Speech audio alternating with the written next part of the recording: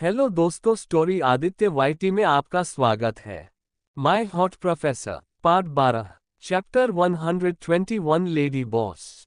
उस रिसेप्शनिस्ट के द्वारा खुद के लिए स्लट कहे जाने पर ऐश जो कि शांत थी, उसके चेहरे पर गुस्सा आ जाता है और वो अपने हाथों की मुट्ठियां बना लेती है। वह लगातार उस रिसेप्शनिस्ट को घूर कर देखते हुए एक जोरदार तमाचा उसके गाल पर जड़ देती है।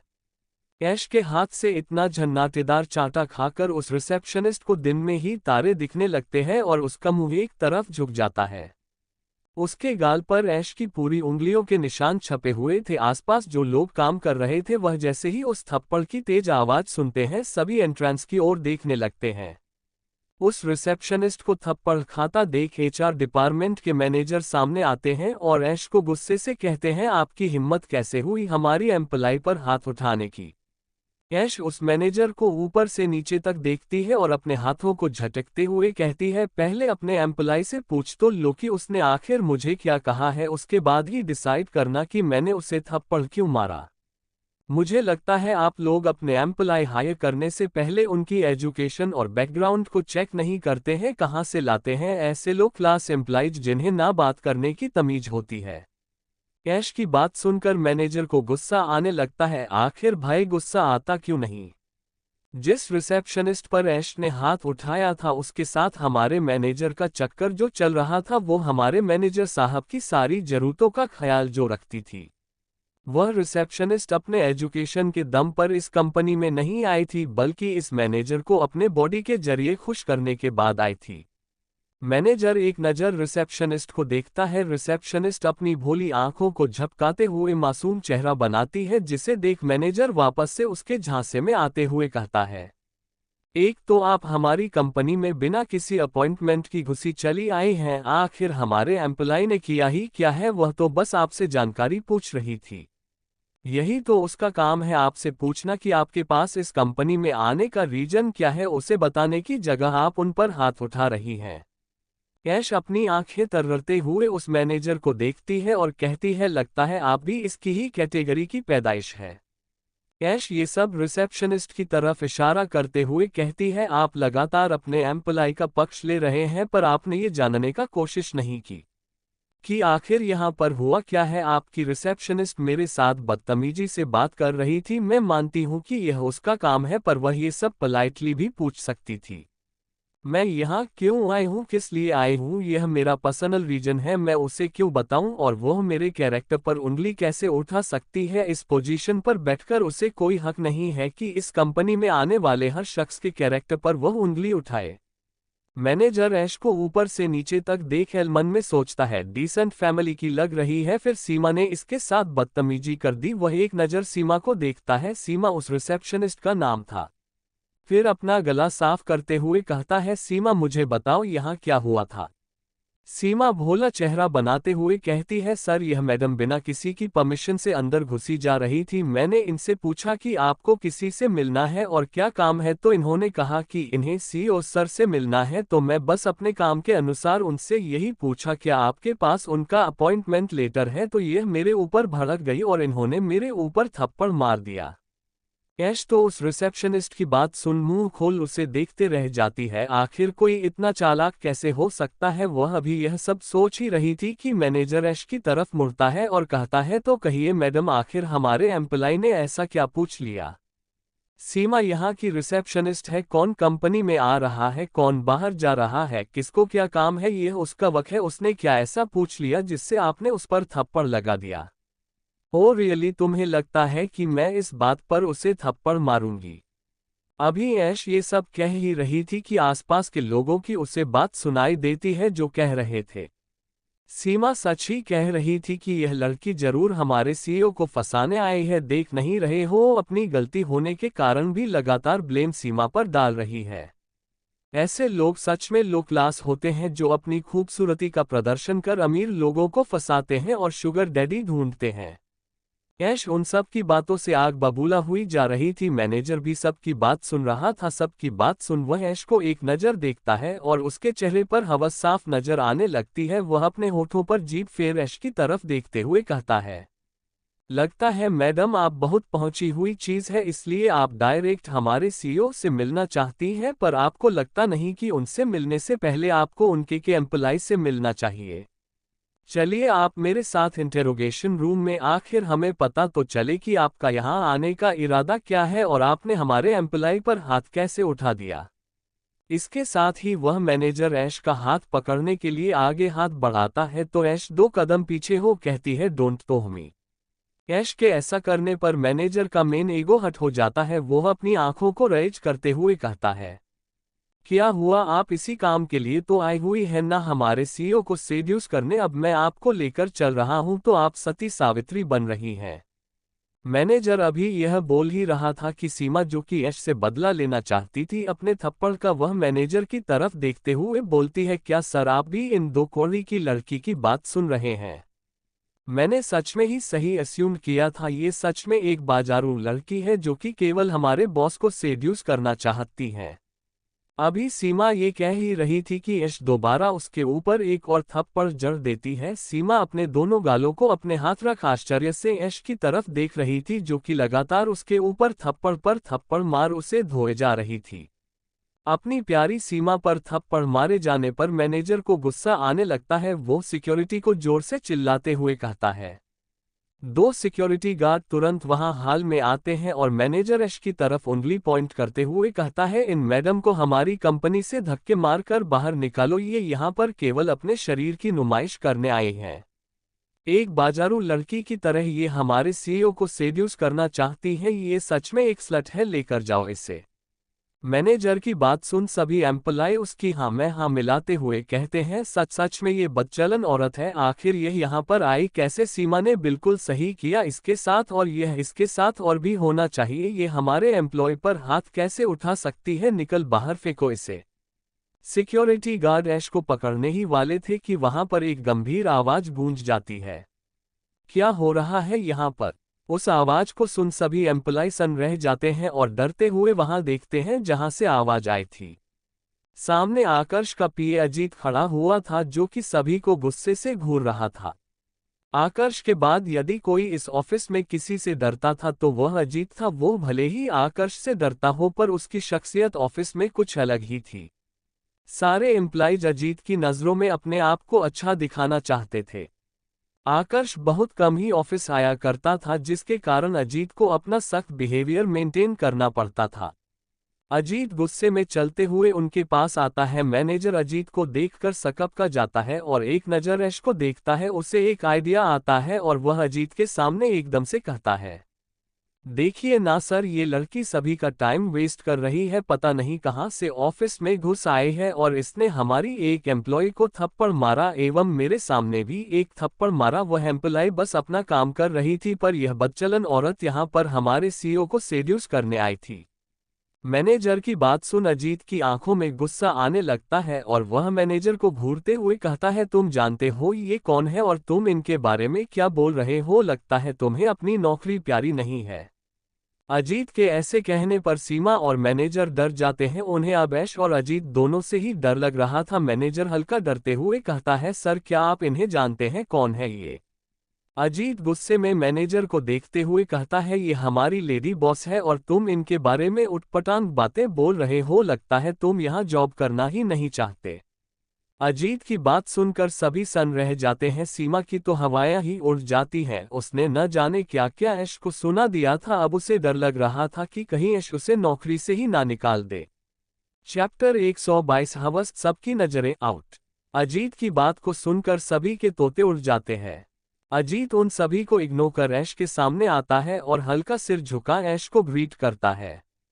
फिर दोनों बॉडीगार्ड को अपनी खा जाने वाली नजरों से देखता है और गुस्से में कहता है हटो सब यहाँ से। वो बॉडीगार्ड वहां से नहीं हटते तो अजीत गुस्से में कहता है लगता है तुम लोगों से अलग से कहना होगा, दूर हटो मैडम से। अजीत की गुस्से से भरी आवाज सुनकर दोनों बॉडीगार्ड डर से पीछे हट जाते हैं। अजीत ऐश से रिस्पेक्ट के साथ कहता है प्लीज मैडम आप इस साइड चलिए, बॉस का केबिन सबसे ऊपर वाले फ्लोर पर है, चलिए मैं आपको वहां ले चलता हूं। अजीत की बात को सुनकर ऐश हाँ में अपना सर हिलाती है और एक नज़र उस मैनेजर और रिसेप्शनिस्ट को देख आगे बढ़ जाती है। अजीत एक डेडली लुक दे सबको काम करने का बोलता है और घूर कर सबको देख ऐश के पीछे पीछे जाता है। अजीत के वहां से चले जाने के बाद धीरे धीरे भीड़ छटने लगती है। मैनेजर मौका देख सीमा का हाथ पकड़ एक कोने में लेकर जाता और गुस्से में कहता है, तुम बेवकूफ लड़की, तुम्हें अकल है कि नहीं, किससे क्या बात करनी चाहिए? तुम जानती हो वह हमारी लेडी बॉस है और तुमने उन्हें अफेंड करने की गलती की है। तुम खुद तो बेवकूफ हो और कुछ काम की नहीं हो। बड़ी मुश्किल से मैंने तुम्हारी इतनी बड़ी कंपनी जॉब लगवाई थी, पर लगता है तुम्हारी किस्मत में रोड पर धक्के खाना ही है। वही गंदी नालियों में सड़ने की औकात है और तुम्हारी वजह से लग रहा मेरी भी जॉब पर बात आ जाएगी। मैनेजर के ऐसा बोलने पर सीमा अपना दिमाग लगाते हुए अपने मगरमच्छ के आंसू गिराते हुए कहती है, प्लीज बेबी कुछ करो ना, मुझे नहीं पता था कि वह लड़की इतनी पहुंची हुई चीज होगी। मुझे लगा कि वह हमारे सीईओ को सेड्यूस करने आई है। तुमने देखा नहीं था वह कैसे सज-धज कर आई हुई थी, कोई भी अगर उसे देखता तो यही समझता। सीमा की बात सुनकर मैनेजर का ऐश की खूबसूरती याद आ जाती है और उसके चेहरे पर वापस से लस्ट दिखने लगती है। वह सीमा के टच करने से अपने होश में आता है। सीमा उससे सेडिक्टिव वे में टच करते हुए कह रही थी, प्लीज बेबी कुछ करो ना, जिससे हमारी जॉब को कुछ ना हो। तुम अजीत सर से बात करो ना, कि वह सीईओ सर तक ये बात न पहुंचने दे प्लीज। इसके साथ ही वो कामुक एक्सप्रेशन बनाते हुए लगातार उसकी बॉडी टच कर रही थी। सीमा के ऐसे करने पर मैनेजर की बॉडी हार्ड होने लगती है। वह आजू बाजू देखता है, जहां पर कोई नहीं था वह सीमा का हाथ पकड़ कहता है, मैं तुम्हारी हेल्प करूंगा, लेकिन उसके बदले में मुझे क्या मिलेगा? उसकी बात सुन सीमा सेडिक्टिव वे में अपनी ड्रेस हल्की खींचती है, जिससे उसके उभार विजिबल होने लगते हैं, जिन्हें देख मैनेजर लस्ट से देखते हुए कहता है, पहले तुम्हें मेरी हेल्प करनी होगी। इसके साथ ही वह सीमा के हाथ को अपने हार्ड हो रहे पार्ट पर रख देता है। सीमा मैनेजर को एक प्लेफुल नज़र से देख स्माइल देती है। सीमा की मंजूरी को समझ वह उसे लेकर सीधे एक खाली स्टोर रूम की ओर लेकर जाता है। सीमा मैनेजर की हरकत पर तिरछी मुस्कान लिए मन में कहती है, इस बेवकूफ को बस एक ही चीज हैंडल कर सकती है, वह है मेरी बॉडी, और यह अपनी हवस के चलते कभी मुझे छोड़ेगा नहीं। कुछ ही देर में दोनों स्टोर रूम पहुंच जाते। मैनेजर आजू बाजू देखते हुए सीमा को जल्दी से स्टोर रूम के अंदर करता है और स्टोर रूम अंदर से लॉक कर लेता है और सीमा को वहीं डोर से चिपका उसके होठों पर अपनी होंठ रख किस करने लगता है। साथ ही उसके हाथ सीमा के ड्रेस के अंदर उसके ब्रेस्ट को और निचले पार्ट को सहलाने लगते हैं। कुछ ही देर में उस स्टोर रूम से सीमा के चिल्लाने और कराहने की आवाज आने लगती है। कोई भी उन आवाज़ों को सुनता तो उन्हें पता चल जाता कि अंदर कितनी हॉट इंटीमेसी चल रही थी। जिस तरीके से सीमा प्लेजर से चिल्ला रही थी, उसे सुनकर कोई भी अपनी बॉडी में हार्डनेस महसूस कर सकता था। दूसरी तरफ यहाँ लिफ्ट में अजीत एक नज़र ऐश को देखता है। उसे ऐश से डर भी लग रहा था। आकर्ष के कारण उसने ऐश की फाइल में उसके नेचर के बारे में पढ़ा था। उसे यही लगा था कि उसकी लेडी बॉस भी काफ़ी स्ट्रिक्ट पर्सनैलिटी की है। ऐश अजीत को ऐसे खुद को घूरता देख अपनी आईब्रो को रेज करते हुए कहती है, क्या मेरे चेहरे में कुछ लगा हुआ है जो तुम मुझे ऐसे लगातार घूर रहे हो? ऐश के ऐसे डायरेक्टली कहने पर अजीत सकपका जाता है और कहता है, नहीं मैडम, मैं बस ये सोच रहा हूँ कि जब वह लोग आपको परेशान कर रहे थे तो आपने तुरंत मुझे कॉल क्यों नहीं किया? वह तो अच्छा हुआ कि बड़ी मैडम ने मुझे कॉल करके बता दिया कि आप ऑफिस आ रही हैं, वरना ये लोग आपको परेशान कर डालते हैं, बाद में बॉस मुझे छोड़ते नहीं। ऐश तिरछा मुस्कुराते हुए कहती है, तुम्हें लगता है कि वह लोग मुझे परेशान करते? अगर तुम नहीं आते तो मैं उन्हें उनकी औकात दिखा देती। ऐश के ऐसा कहने पर अजीत समझ चुका था कि उसके बॉस और उसकी लेडी बॉस दोनों मेड फॉर ईच अदर हैं, दोनों का ही एटीट्यूड एक जैसा था। अजीत को खुद में खोया देख ऐश उससे कहती है, तुम्हारे बॉस इस समय क्या कर रहे हैं? क्या कल रात वह इसी ऑफिस में थे? ऐश के ऐसा पूछने पर अजीत तुरंत अपनी हाँ में गर्दन हिलाते हुए कहता है, जी मैडम, कल रात से मैं और बॉस दोनों ऑफिस में ही थे। आज बोर्ड ऑफ डायरेक्टर्स की मीटिंग थी और बहुत टाइम से बॉस ऑफिस नहीं आए थे, जिस कारण कुछ कंपनी के पेपर्स थे जो कि मुझे दिखाने थे उनको, और उन कंपनी के बारे में आज मीटिंग थी, जिस कारण वह रात को घर नहीं आए। वह रात से ही ऑफिस में है और इस समय कॉन्फ्रेंसिंग रूम में मीटिंग अटेंड कर रहे हैं। आप उनके केबिन में वेट कर लीजिएगा, मीटिंग जैसे ही खत्म होगी मैं उन्हें आपके बारे में इन्फॉर्म कर दूंगा, अभी उन्हें डिस्टर्ब करना सही नहीं होगा। अजीत की बात सुन ऐश तिरछी मुस्कान से उसे देखती है। ऐश की ऐसी मुस्कान देख अजीत को दाल में कुछ काला होने की आशंका होती है। कुछ ही देर में वह लोग टॉप फ्लोर पर पहुंच जाते और ऐश बातों बातों में ही कॉन्फ्रेंस रूम का पता अजीत से पूछ लेती है। अजीत आगे चलते हुए कुछ ना कुछ ऐश को बताए जा रहा था। जैसे ही वह आकर्ष के केबिन में पहुंचता है और वह डोर खोल ऐश को अंदर जाने कहता है तो उसके सामने ऐश नहीं होती। वह हक्का बक्का आजू बाजू देखने लगता है क्योंकि ऐश उसे कहीं नहीं दिखती। अब उसे कुछ गलत होने की आशंका होती है। दूसरी तरफ है अजीत के आगे आगे चलने से मौका देख जल्दी से वह कॉन्फ्रेंस रूम की ओर चली जाती है। कॉन्फ्रेंस रूम से मीटिंग की कुछ आवाज आ रही थी। वह बिना सोचे समझे जोर से दरवाजा खोलती है। आकर्ष जो कि अपनी मीटिंग अटेंड कर रहा था, सामने उसके बोर्ड ऑफ मेंबर्स अपनी अपनी ओपिनियन शेयर कर रहे थे कि इतने में ही उसे डोर खुलने की आवाज आती है। आकर्ष जिसे मीटिंग के बीच में डिस्टर्बेंस बिल्कुल भी पसंद नहीं था, उसे डोर की आवाज सुन वह अपने गुस्से से भरी आंखों से डोर की तरफ देखता है।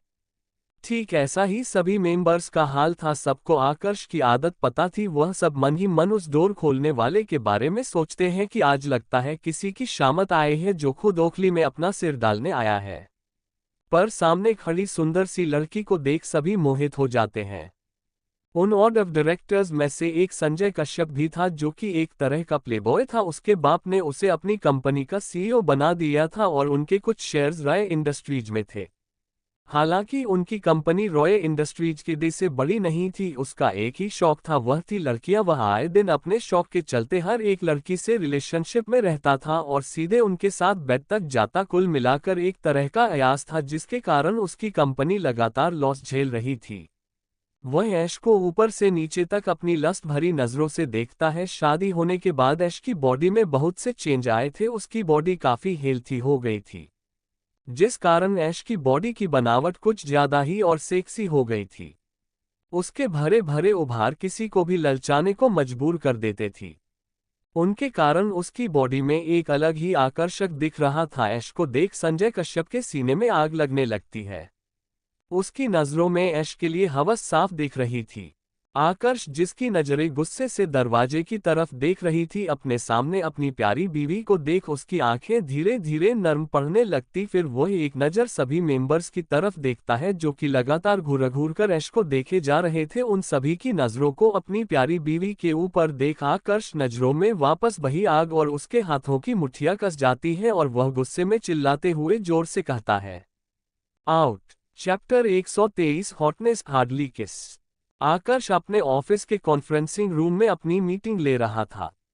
उसके कुछ बोर्ड मेंबर्स अपनी अपनी राय बता रहे थे कि इतने में ही कॉन्फ्रेंस रूम का दरवाजा खुलता है। दरवाजा खुलने की आवाज सुनकर सब उस ओर देखने लगते हैं। आकर्ष जिसे अपनी मीटिंग के बीच में बिल्कुल भी डिस्टर्बेंस पसंद नहीं था, उसकी आंखें डार्क हो जाती है और वह गुस्से से दरवाजे की तरफ देखता है। जैसे ही आकर्ष दरवाजे की तरफ देखता है तो उसकी आंखें सामने खड़ी अपनी बीवी पर ठहर जाती है। ऐश उस रेड शिफॉन की साड़ी में बहुत खूबसूरत लग रही थी। अपनी बीवी की छरहरी काया को देखता है जो कि भला की खूबसूरत लग रही थी। ऐश ने साड़ी कुछ इस तरह से पहनी थी जिससे उसकी गोरी कमर, उसका फिगर काफी अच्छे से शो कर रही थी। उसकी यही हॉटनेस आकर्ष को अपना दीवाना बना रही थी। आकर्ष अभी अपनी इंटेंस नजरों से ऐश की ओर देख ही रहा था कि इतने में ही उसे ध्यान आता है कि वह अभी मीटिंग रूम में है और जैसे ही वह सबकी ओर नजर करता है तो सभी ऐश की ओर ही देख रहे थे। सभी को ऐश की ओर देखते देख ऐश की आंखें रेड ब्लड हो जाती है और उसकी हाथों की मुठ्ठियां कस जाती हैं। वह गुस्से में दहाड़ते हुए जोर से बोलता है, आउट। आकर्ष के ऐसे गुस्से में बोलने पर सभी अपने होश में आते हैं और आकर्ष की ओर देखते हैं जो कि उन्हें ही खा जाने वाली नजरों से घूर रहा था।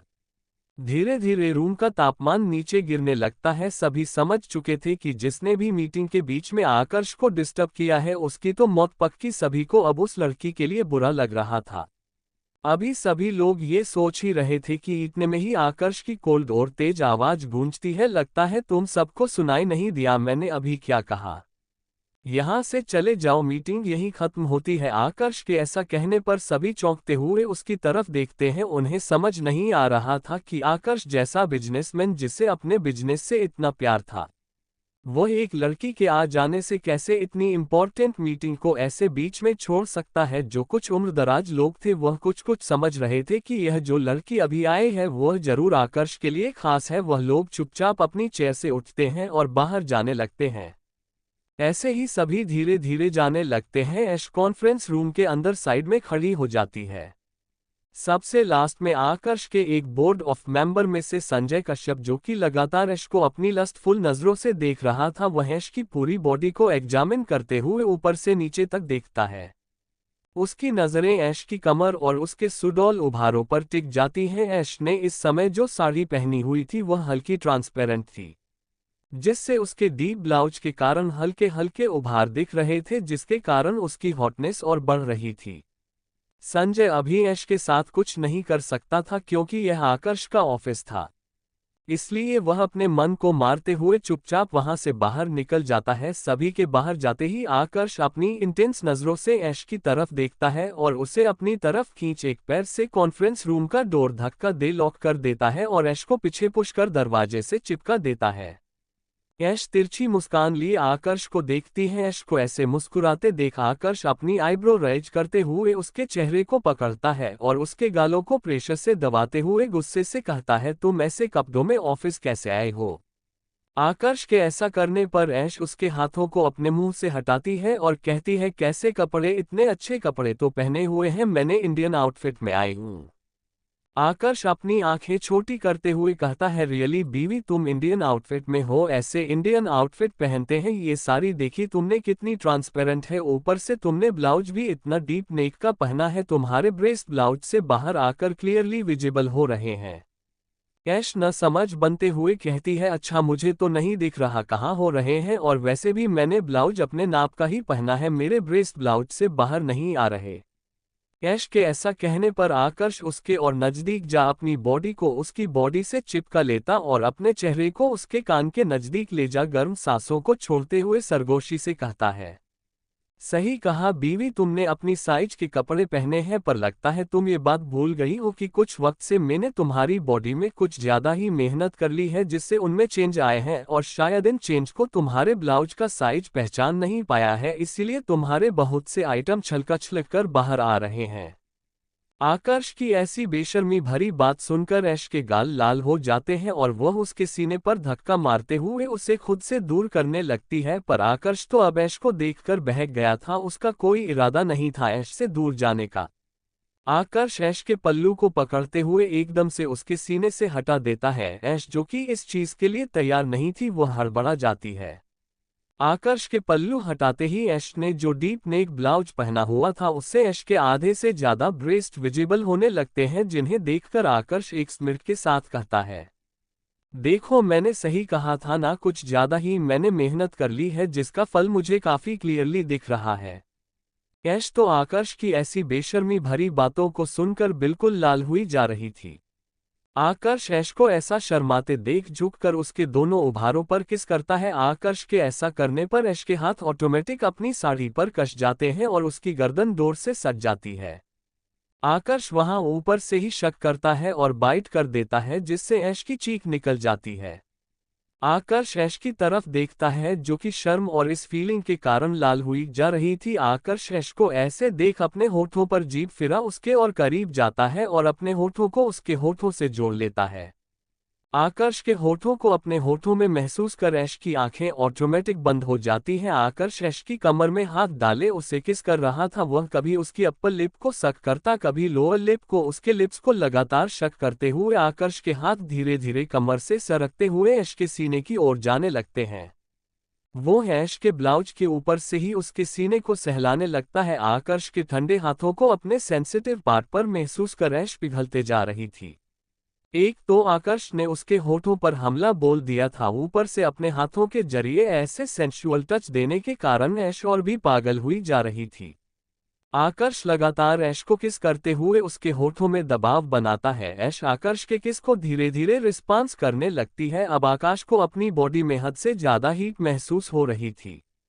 वह अपने हाथों को तेजी से मूव करते हुए ऐश का एक ब्रेस्ट जोर से दबा देता है। आकर्ष के ऐसा करते ही ऐश की चीख निकल जाती है और उसका मुंह खुल जाता आकर्ष इस मौके को देख जल्दी से ऐश के मुंह के अंदर अपनी जीभ एंटर करता है और ऐश के मुंह के हर कोने को अपनी जीभ से टटोलने लगता है। आकर्ष काफी अग्रेसिव होकर किस कर रहा था जिससे ऐश की सिसकियां बनने लगी थी, पर आकर्ष के ऐसे लगातार किस करने से वह उसके मुंह में ही दब के रह जा रही थी। आकर्ष लगातार अपने हाथों को ऐश के ब्रेस्ट पर चला रहा था। करीब 10 मिनट तक किस करने के बाद अब आकर्ष से कंट्रोल नहीं हो रहा था। वह ऐश से थोड़ा दूर होता है और उसकी आंखों में देखता है जो कि आकर्ष को पाने की चाहत लिए लगातार उसे ही देख रही थी। ऐश आकर्ष के ऐसे किस करने से हांफने लगी थी, उसका सीना अप और डाउन हो रहा था जिसको देखकर आकाश और भी खुद को हार्ड महसूस कर रहा था। दूसरी तरफ सभी लोग मीटिंग रूम से बाहर आ गए थे, पर संजय कश्यप जो कि ऐश को एक बार देख चुका था उसे अब ऐश को पाने की लालसा मन में बस चुकी थी। या ये कहिए कि वह ऐश को अपने बिस्तर तक लाने की प्लानिंग कर चुका था। उसकी बॉडी काफी हार्ड हो गई थी। ऐश की हॉटनेस देख वह जल्दी जल्दी राय इंडस्ट्रीज से बाहर आता है और सीधे अपनी कार में बैठता है। संजय के कार में बैठते ही उसकी सेक्रेटरी उसके बाजू से बैठ जाती है और ड्राइवर गाड़ी आगे बढ़ा देता है। संजय जिसके दिमाग में अभी भी ऐश के ही ख्याल चल रहे थे, वह अपने मेनहुड में हार्डनेस महसूस कर रहा था। वह धीरे से अपनी टाई को लूज करता है और बाजू में बैठी अपनी सेक्रेटरी को देखता है। उसे ऊपर से नीचे देखकर उसके मन में कुछ ख्याल आता है। वह तिरछी स्माइल करता है। Chapter 124 Sanjay cruelty rape office romance. Sanjay Rai industries से निकलकर सीधे कार में आकर बैठ जाता है। इस समय उसकी बॉडी बहुत हार्ड महसूस कर रही थी। जब से उसने ऐश को देखा था, ऐश को पाने का जुनून उसके सर पर सवार हो गया था। वह कुछ भी करके ऐश को अपने बिस्तर तक लाना चाहता था। हालांकि अभी वह ऐश के बारे में कुछ नहीं जानता था कि उसका रिलेशन आकर्ष के साथ क्या है, पर उसने सोच लिया था कि उसे वो भलासी खूबसूरत लड़की को वह अपने बिस्तर तक लाकर ही रहेगा। वह अभी भी ऐश के ख्यालों में खोया हुआ था, पर अपनी बॉडी की गर्मी को उसे रिलीज करना था। वह बस अपने शिकार की तलाश में था कि इतने में ही उसे कार की दूसरी साइड का दरवाजा खुलने की आवाज आती है। संजय देखता है कि अभी 1 महीने पहले ज्वाइन की हुई उसकी न्यू फीमेल सेक्रेटरी उसके बाजू में बैठ रही थी। संजय की लगातार वाहियात हरकतों के कारण लड़कियां कुछ ही दिनों में जॉब छोड़ दिया करती थी, पर संजय को भी जुनून सवार था कि वह कोई भी मेल सेक्रेटरी नहीं रखेगा, इसलिए आए दिन वह फीमेल सेक्रेटरी के इंटरव्यू करता रहता था। संजय की न्यू सेक्रेटरी जो कि अभी तक संजय के इरादों से अनजान थी, क्योंकि संजय अभी करीब 1 महीने से बाहर था और आज ही वह वापस आया था। वह भी मीटिंग के लिए आज पहली बार उस सेक्रेटरी को संजय के साथ काम करने का मौका मिला था। वह ऊपर से नीचे तक अपनी सेक्रेटरी को देखता है जिसकी आंखों पर बड़े बड़े चश्मे लगे हुए थे। हालांकि वह दिखने में इतनी सुंदर नहीं थी, पर उसके फीचर्स काफी अच्छे थे। संजय एक बार उसकी बॉडी की बनावट देखता है। जैसे ही संजय की नज़र उसके उभार पर जाती है, उसे ऐश के उभार याद आने लगते हैं और वह अपनी सेक्रेटरी को देखकर अपने होठों पर जीभ फिराता है और एकदम से उसका हाथ पकड़ अपने तरफ खींच लेता है। सेक्रेटरी जो कि इस चीज के लिए तैयार नहीं थी, संजय के ऐसा करने से चौंक जाती है। संजय उसकी तरफ गंदी हंसी हंसते हुए कहता है, चलो बेबी तुम्हें हेवन की सैर कराते हैं। संजय के ऐसे कहने पर वह सेक्रेटरी डरने लगती है। ये सब उसके लिए फर्स्ट एक्सपीरियंस था। वह संजय के बारे में इतना कुछ नहीं जानती थी। संजय उसकी बॉडी पर लगातार हाथ फेर रहा था। संजय को उसके उभारों ने अट्रैक्ट किया था। संजय उसकी शर्ट के ऊपर से ही उसके उभार को दबाने लगता है। वह लड़की लगातार चीख रही थी, उसकी आंखों से आंसू आने लगे थे। वह संजय से भीख मांग रही थी कि वह उसके साथ यह सब ना करे। ड्राइवर जो आगे गाड़ी चला रहा था संजय की इन हरकतों से वाकिफ था। हालांकि उसे उस लड़की के लिए दया आ रही थी, पर अपनी नौकरी के कारण वह संजय से कुछ नहीं कह सकता था। ड्राइवर जब देखता है कि संजय अब नहीं रुकने वाला, इसलिए वह चुपचाप गाड़ी का पार्टीशन ऑन कर देता है। संजय उस लड़की के बालों को पकड़ उसके होठों पर अपने होंठ रख देता है और उसे रफली किस करने लगता है। उसके हाथ लगातार सेक्रेटरी के उभारों को मसल रहे थे। वह सेक्रेटरी लगातार अपने हाथ पैर चलाए जा रही थी, जिससे संजय को गुस्सा आने लगता है। वह खींचकर उसे एक थप्पड़ मार देता है और उसकी शर्ट पकड़कर जोर से खींच देता है, जिससे कि उसके सारे बटन टूट जाते हैं और उसकी शर्ट सामने से खुल जाती है। वह अपने हाथों से अपने सीने को कवर करने लगती है। संजय जैसे ही उसे अपनी अंडरगारमेंट्स में देखता है, उसकी लस्ट और बढ़ जाती है। वह उस शर्ट को जोर से खींचते हुए निकलता है और उसके हाथ बांधते हुए कहता है, तुझमें इतनी गर्मी है कि तुम मुझे मना करेगी संजय कश्यप को। अरे लड़कियां मेरे साथ सोने के लिए मरती हैं और तू मुझे नाटक दिखा रही है, तुझे तो अब मैं बताता हूँ। इसके साथ ही वह 2-3 थप्पड़ और मार देता है संजय के भारी हाथों को अपने गाल में महसूस कर। वह लड़की लगभग बेहोशी की हालत में पड़ी थी। संजय बेरहमी से उसे धक्का देता है और एक पैर को पकड़ नीचे खींच देता है जिससे कि वह सीट पर लेट जाती है। संजय उसे ऐसे देख अपना एक हाथ उसके पेंसिल स्कर्ट के अंदर ले जाते हुए उसके ऊपर आने लगता है। संजय ने उस लड़की के ऊपरी कपड़ों को निकाल दिया था, अभी वह केवल अपने अंडरगारमेंट्स में थी। संजय उसके उभार को ऊपर से ही किस करते हुए अपने हाथों को धीरे धीरे उसके सॉफ्टनेस पर ले जाने लगता है। वह लड़की अभी भी प्रोटेस्ट कर रही थी पर उसमें इतनी ताकत नहीं थी। संजय उसकी ब्रा को ऊपर कर उसके ब्रेस्ट को मुंह में ले लेता है और दूसरे हाथ से उसकी स्कर्ट को निकाल कर फेंक देता है और एक हाथ से अपनी बेल्ट खोलते हुए अपने हार्ड मेनहुड को बाहर निकलता है और बिना किसी वार्निंग के अपने मेनहुड को उसके एंट्रेंस पर सेट कर एक जोरदार धक्का देता है। संजय के ऐसा करने पर उस लड़की की चीख निकल जाती है क्योंकि उसका फर्स्ट टाइम था। संजय उसकी चीख को सुनकर तिरछा मुस्कुराता है और मन में खुश होता है कि इस लड़की का फर्स्ट टाइम उसे मिला है। वो ऐश को याद करते हुए लगातार थरस्ट करने लगता है। वह लड़की दर्द के मारे चीख रही थी। सामने बैठा ड्राइवर उसकी चीखों को सुन अपनी आंखें जोर से बंद कर लेता है। संजय की इन हरकतों को ड्राइवर बहुत अच्छे से जानता था, इसलिए वह गाड़ी को चलाना बंद नहीं करता और गाड़ी को यहाँ वहाँ घुमाता रहता है। उसे लड़की की चीख लगातार गूंज रही थी। संजय उसके साथ बहुत रफली कर रहा था। वह लड़की बिल्कुल अधमरी हालत में पहुंच गई थी। संजय ने कई बार उसके गालों पर थप्पड़ मारे थे, उसके शरीर पर जगह जगह काटने के निशान थे। जब काफी देर बाद संजय सेटिस्फाइड होता है तो वह उसे लड़की के ऊपर से उठता है। संजय के दूर होते ही वह लड़की सिकुड़ कर दूसरी साइड चली जाती हो। उसे अपनी बॉडी पर बहुत पेन हो रहा था। संजय उसे एक नज़र देख अपनी बेल्ट को लगाता है और सिगरेट जला पीने लगता है। संजय लगातार सिगरेट के कश लेते हुए उसे लड़की को ऊपर से नीचे तक देख रहा था। आज पहली बार उसे इंटीमेसी के बाद इतना अच्छा महसूस हो रहा था। संजय के ऐसा देखने से वह लड़की डर से कांप रही थी। संजय उसे डरता देख तिरछी मुस्कान लिए उसका हाथ पकड़ उसे अपनी तरफ खींचता है। उस लड़की ने अभी भी कपड़े नहीं पहने थे क्योंकि संजय ने उन्हें बुरी तरह फाड़ दिया था। संजय उसके ब्रेस्ट पर हाथ रख उन्हें सहलाते हुए कहता है, अब से तुम मेरी परमानेंट मेरी सेक्रेटरी हो और खबरदार जो मुझसे दूर जाने की कोशिश की तुम अब मेरे हर काम करेगी जो हमने अभी किया वह भी, और अगर तुमने भूल कर भी यह जॉब छोड़ने की कोशिश की तो अपने घर वालों की चिता को आग लगाने के लिए रेडी रखना।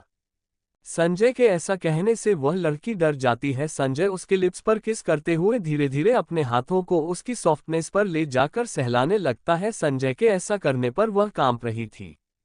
कुछ ही देर में उनकी गाड़ी संजय की कंपनी के सामने रुकती है। संजय अपने कोट को झाड़ते हुए बड़ी ठाठ से बाहर निकलता है और ड्राइवर को इशारा कर देता है। ड्राइवर समझ जाता है कि उसे क्या करना है। वह बिना पार्टीशन ऑन करे कहता है, मैडम सीट के नीचे कुछ कपड़े रखे हैं, आप उन्हें पहन लीजिए, मैं आपको आपके घर छोड़ देता हूँ। ड्राइवर के ऐसा कहने से वह लड़की अपने कैप्टे हाथों से सीट के नीचे देखती है जहां पर कपड़ों का बैग था। वह तुरंत निकाल कपड़े पहन लेती है। उसे अपनी किस्मत पर रोना आ रहा था कि किस घड़ी में उसने इस कंपनी को ज्वाइन किया। आज उसने अपनी आबरू को खो दिया। ड्राइवर उसके घर की तरफ कार मोड़ देता है। यहाँ दूसरी तरफ आकर्ष ऐश के पल्लू को सही कर उसका हाथ पकड़ कॉन्फ्रेंस रूम से बाहर निकल जाता है। बाहर इस समय कोई नहीं था क्योंकि अजीत ने पहले ही वह एरिया खाली करवा दिया था। वह अपने बॉस को बहुत अच्छे तरीके से जानता था। आकर्ष ऐश को लेकर सीधे अपने केबिन में आता है।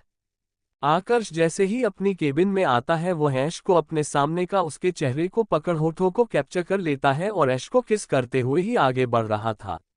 ऐश आकर्ष के एकदम से ऐसा करने से चौंक जाती है। आकर्ष लगातार किस करते हुए धीरे धीरे अपने कदम बढ़ाए जा रहा था। एक टाइम बाद ऐश आकर्ष की वर्क टेबल के पास आकर रुक जाती है और आकर्ष के सीने में हाथ रख हाफते हुए कहती है, प्रोफेसर गेट खुला हुआ है। आकर्ष ऐश की बात सुन उसकी तरफ देखता है। ऐश लगातार हाफ रही थी। बस कुछ सेकंड रुकना बेबी, मैं बस अभी आता हूं, और अगर तुम एक सेकंड भी हिली तो तुम फिर सोच लेना। इसके साथ ही वह केबिन के गेट की तरफ जाता है और तुरंत गेट बंद कर देता है। आकर्ष के ऐसा करने से ऐश अंदर तक कांप जाती है। उसे अब डर लग रहा था कि आकर्ष आगे क्या करने वाला है। आकर्ष ऐश को ऐसा डरता देख वही गेट के पास अपना कोट निकालता और फेंक देता है और धीरे धीरे अपनी शर्ट के बटन खोलते हुए ऐश के पास आने लगता है। ऐश धीरे धीरे पीछे जा रही थी और वह आकर्ष की डेस्क से सट जाती है। आकर्ष जिसने अपनी शर्ट लगभग निकाल दी थी वह उसे उतार कर वहीं फेंक देता है और ऐश के सामने आ जाता है। Chapter 125 office pleasure intimacy.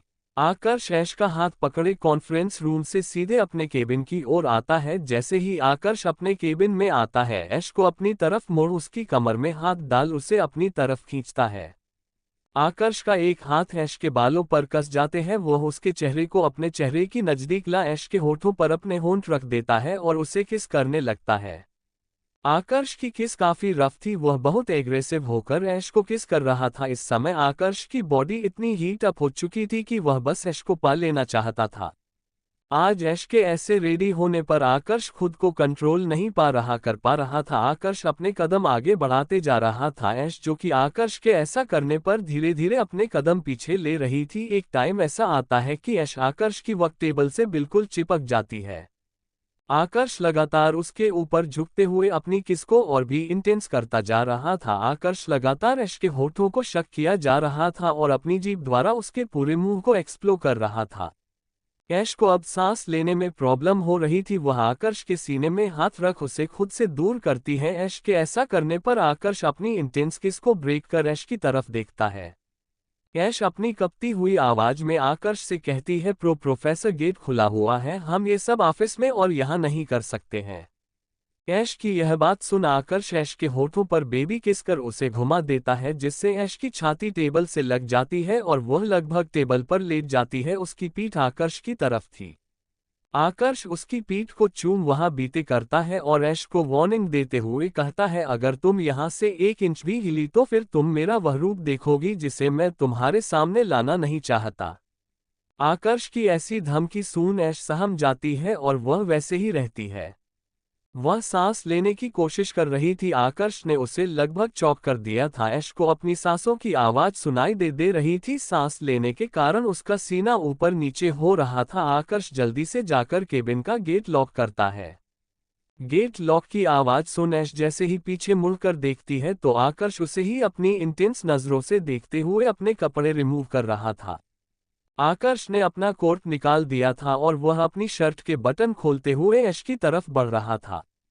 ऐश आकर्ष को देखकर टेबल से उठने लगती है तो आकर्ष उसे उंगली के इशारे से वही रहने बोलता है। आकर्ष के ऐसा करने पर ऐश चुपचाप वैसे ही रहती है।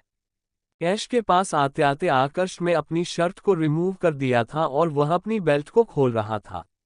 आकर्ष को ऐसे देख ऐश की बॉडी में सिहरन दौड़ रही थी। आकर्ष बिल्कुल ऐश के करीब आ गया था। ऐश को अपने बैक साइड में आकर्ष की हॉट बॉडी महसूस हो रही थी। आकर्ष उसके ऊपर झुकते हुए एक हाथ से उसके उभार को पकड़ लेता है। आकर्ष के ऐसा करने पर ऐश की सिसकी निकल जाती है। आकर्ष का दूसरा हाथ ऐश की साड़ी को ऊपर उठा रहा था। आकर्ष के ऐसे हमले से ऐश सहम रही थी। वह हल्का हिचकिचाते हुए कहती है, यह आप क्या कर रहे हैं? आकर्ष ऐश के कान में सरगोशी से कहता है, जो तुम समझ रही हो वही मैं कर रहा हूं बीबी। इसके साथ ही वह जोर से उसके एक उभार को दबा देता है। ऐश की चीख निकल जाती है। आकर्ष ने अब तक ऐश की साड़ी को पूरा उठा दिया था। आकर्ष को ऐश अंडरगारमेंट्स में दिखती है जिसे देखकर उसकी बॉडी बिल्कुल हार्ड हो जाती है। वह वक्त ना गवाते हुए अपने हाथों से ऐश की सॉफ्टनेस को टच करने लगता है। आकर्ष के ऐसा करते ही ऐश आकर्ष द्वारा दिए जा रहे इंटेंस प्लेजर से मौन करने लगती है। आकर्ष लगातार ऐश के लव होल पर अपनी फिंगर को इन और आउट कर रहा था जिससे ऐश खुद को आकर्ष की तरफ बहता हुआ महसूस कर रही थी। आकर्ष के ऐसा करने से ऐश की बॉडी आउट ऑफ कंट्रोल हो रही थी। आकर्ष ऐश के कान में गर्म सांस छोड़ते हुए कहता है, you are so fucking wet बीवी। ऐश लगातार मौन कर रही थी। आकर्ष उसके कान में जा कहता है, क्या तुम मुझे अपने अंदर फील करना चाहती हो? आकर्ष के इतने इंटेंस वे में कहने के कारण ऐश से अब कंट्रोल नहीं हो रहा था। वह आकर्ष को सच में अपने अंदर महसूस करना चाहती थी। इसीलिए वह हाँ में गर्दन हिला देती है तो आकर्ष उसकी हाँ सुन तिरछा मुस्कुराते हुए कहता है, स्पीक अप बीवी। आकर्ष के ऐसा कहने पर ऐश की गाल लाल हो जाते हैं पर उसे अपनी बॉडी की हीट को कम करने के लिए आकर्ष की जरूरत थी। इसलिए वह हिचकते हुए कहती है, प्रोफेसर मैं आपको अपने अंदर महसूस करना चाहती हूँ। ऐश की यह बात सुन आकर्ष तिरछा मुस्कुराते हुए कहता है, as you wish my queen. इसके साथ ही आकर्ष अपने एक हाथ से अपने निचले कपड़ों को रिमूव कर अपनी हार्डनेस को पीछे से ही ऐश के निचले एरिया में फिराने लगता है। आकर्ष के ऐसा करने से कांपने लगती है और वह प्लेजर से मौन करने लगती है। आकर्ष खुद को ऐश के एंट्रेंस में सेट कर एक जोरदार थरस्ट करता है जिससे वह एक ही बार में ऐश के अंदर इन हो जाता है। आकर्ष के ऐसा करने पर ऐश की चीख निकल जाती है। भले ही दोनों कितनी ही बार इंटीमेट हुए हो, पर हर बार जब दोनों लव मेकिंग करते थे तो उन्हें ऐसा लगता था कि यह उनके लिए फर्स्ट टाइम ही है। आकर्ष ऐश के उभारों को सहलाते हुए धीरे धीरे थरस्ट करने लगता है। ऐश को शुरू में दर्द हो रहा था, पर धीरे धीरे आकर्ष को खुद में महसूस कर वो प्लेजर से मौन करने लगती है। आकर्ष ऐश की ऐसी सेड्यूजिंग मौन को सुनकर और भी एक्साइटेड हो रहा था। वह हार्डली उसके साथ इंटीमेट होने लगता है। ऐश को भले ही दर्द हो रहा था, पर आकर्ष द्वारा दिए जा रहे हैं प्लेजर के कारण वह इसे एंजॉय कर रही थी। ऐश लगातार आकर्ष का नाम ले रही थी जिससे आकर्ष और भी एक्साइटेड हो रहा था। वो अपनी सांसों को कंट्रोल कर ऐश के कान में कहता है, हम जब भी करते हैं मुझे ऐसा लगता है मैं तुम्हारे अंदर पहली बार खुद को महसूस कर रहा हूँ। इसके साथ ही वह लगातार स्पीड के साथ थरस्ट किया जा रहा था। करीब आधे घंटे बाद ऐश को अपने पैर कांपते हुए महसूस होते हैं। आकर्ष एक बार भी नहीं रुका था। जब उसको महसूस होता है कि ऐश अब ज्यादा देर तक खड़ी नहीं रह पाएगी तो आकर्ष खुद को उसकी बॉडी से अलग करता है। आकर्ष के ऐसा करने पर ऐश, जो कि प्लेजर से मून कर रही थी, वह कंफ्यूजन में आकर्ष की तरफ देखने लगती है। आकर्ष ऐश को कमर से पकड़ टेबल पर लेटा देता है और उसके दोनों पैरों को अपने कंधे में रख वापस से ऐश की बॉडी में एंटर करता है और कहता है, you are very hot baby you are. मुझे ऐसा लग रहा है कि मैं तुम्हें खा जाऊं। इसके साथ ही आकर्ष तेजी से इन और आउट होने लगता है। आकर्ष के ऐसा करने से ऐश प्लेजर से चिल्लाने लगती है। आकर्ष लगातार हार्डली थरस्ट कर रहा था जिससे ऐश को आकर्ष की हार्डनेस अपने पेट तक महसूस हो रही थी। वह सिसकते हुए कहती है, इट्स सो डीप डीप। ऐश के ऐसा कहने से आकर्ष तिरछा मुस्कुराते हुए कहता है, यू लाइक इट। इसके साथ ही वो जोरदार तरीके से थरस्ट करता है। आकर्ष ऐश के साथ काफी रफली और हार्डली लव मेकिंग कर रहा था। ऐश आकर्ष के ऐसा करने से और उसके द्वारा दिए जा रहे हैं प्लेजर को एंजॉय कर रही थी। करीब 1.5 घंटे तक की इंटेंस लव मेकिंग करने के बाद आकर्ष खुद को ऐश के अंदर रिलीज करता है। ऐश, जो कि बस थोड़ी देर रिलैक्स हुई थी, अपने अंदर गर्माहट को महसूस कर वह चौंकते हुए कहती है, क्या आपने प्रोटेक्शन यूज नहीं किया था? आकर्ष, जो कि लगातार ऐश की गर्दन पर किस कर रहा था, वह ऐश के ऐसा पूछने पर अपना सर ऊपर करते हुए कहता है, हम ज्यादातर प्रोटेक्शन यूज करते ही कहाँ है। आकर्ष के ऐसा कहने पर ऐश चिल्लाते हुए कहती है, नेक्स्ट टाइम से आप प्रोटेक्शन यूज करेंगे मैं कोई सी गोली होली नहीं खाने वाली। उसके साइड इफेक्ट्स आपको पता नहीं है और यदि आपने अगली बार से प्रोटेक्शन यूज नहीं किया तो कोई जरूरत नहीं है मुझे टच करने की। ऐश के ऐसे कहने पर आकर्ष अपनी एक आईब्रो रेज करते हुए कहता है, रियली बेबी, तुम तो ऐसे बोल रही हो जैसे कि यह सब मैंने अपनी मर्जी से किया है। याद करो, वह तुम थी जिसने मुझे कहा था कि प्रोफेसर मैं अपने अंदर आपको महसूस करना चाहती हूँ, वरना मैं तो पहले ही रुक जाता। मेरा कोई इरादा नहीं था अपने ऑफिस में ये सब करने का। आकर्ष के ऐसा कहने पर ऐश अपनी आंखें छोटी करते हुए कहती है, आपने ये सब शुरू किया था और आप मुझ पर ब्लेम कर रहे हैं। उठिए आप मेरे ऊपर से। ऐश के ऐसे बदलते मूड को देख आकर्ष ऐश के ऊपर से हट उसे गोद में उठा अपने केबिन में बने पर्सनल रूम की ओर ले जाता है और बाथरूम में जा वह दोनों साथ में शावर लेते हैं। ऐश काफी थक चुकी थी। आकर्ष उसे बाथरॉब पहना बेड पर लेटा देता है और ऐश को अपने सीने से लगा लेता है। कुछ ही समय में ऐश सो जाती है। ऐश को ऐसे ही देखते देखते आकर्ष को भी नींद आने लगती है और वह अपनी आंखें बंद कर लेता है। दोनों लव बर्ड्स एक दूसरे की करीबी महसूस कर एक दूसरे की बाहों में सो जाते हैं। चैप्टर 126 आकर्ष को कोसना लड़की। आकर्ष ऐश को अपने सीने से चिपकाए सो रहा था। आकर्ष की आंख लगे अभी आधा घंटा ही हुआ था कि उसका मोबाइल बज उठता है। आकर्ष बेड के साइड से अपना मोबाइल उठाता है और एक नज़र ऐश को देख उसे कट कर देता है। वह नहीं चाहता था कि ऐश की नींद खराब हो। वह ऐश के लिप्स पर किस करता है और बेड से उठ जाता है। आकर्ष नेकेड था क्योंकि इस रूम में जो इकलौता बाथरोब था वो ऐश मैडम ने पहना था। आकर्ष उठकर पास में पड़ी हुई टॉवल को अपनी कमर में लपेट लेता है। उसकी अपर बॉडी पूरी नेकेड थी, जिनमें नोचने के निशान थे जो कि ऐश की मेहरबानी से बने थे। वह अपने मोबाइल और सिगरेट का बॉक्स को ले सीधे बालकनी की ओर जाता है जो कि आकर्ष के रूम से अटैच थी। आकर्ष बालकनी में पहुंच अजीत को कॉल करता है। अजीत फोन उठाते साथ ही कहता है, सॉरी सर, मैं आपको डिस्टर्ब नहीं करना चाहता था, पर इमरजेंसी है इसलिए मैंने आपको कॉल किया। आकर्ष अजीत से बात करते हुए अपनी सिगरेट को जलाता है और उसके कश लेते हुए कहता है, कौन सी इमरजेंसी आ गई? सर, हमारे लोनावाला वाले प्रोजेक्ट से रिलेटेड कुछ लोग आए हुए हैं, वह आपसे मिलना चाहते हैं। मैंने उन्हें मना किया कि आज आप बिजी हैं, पर वह कल फॉरेन ट्रिप पर जाने वाले हैं, इसलिए वह आज ही कुछ क्वेरीज को दूर करना चाहते हैं।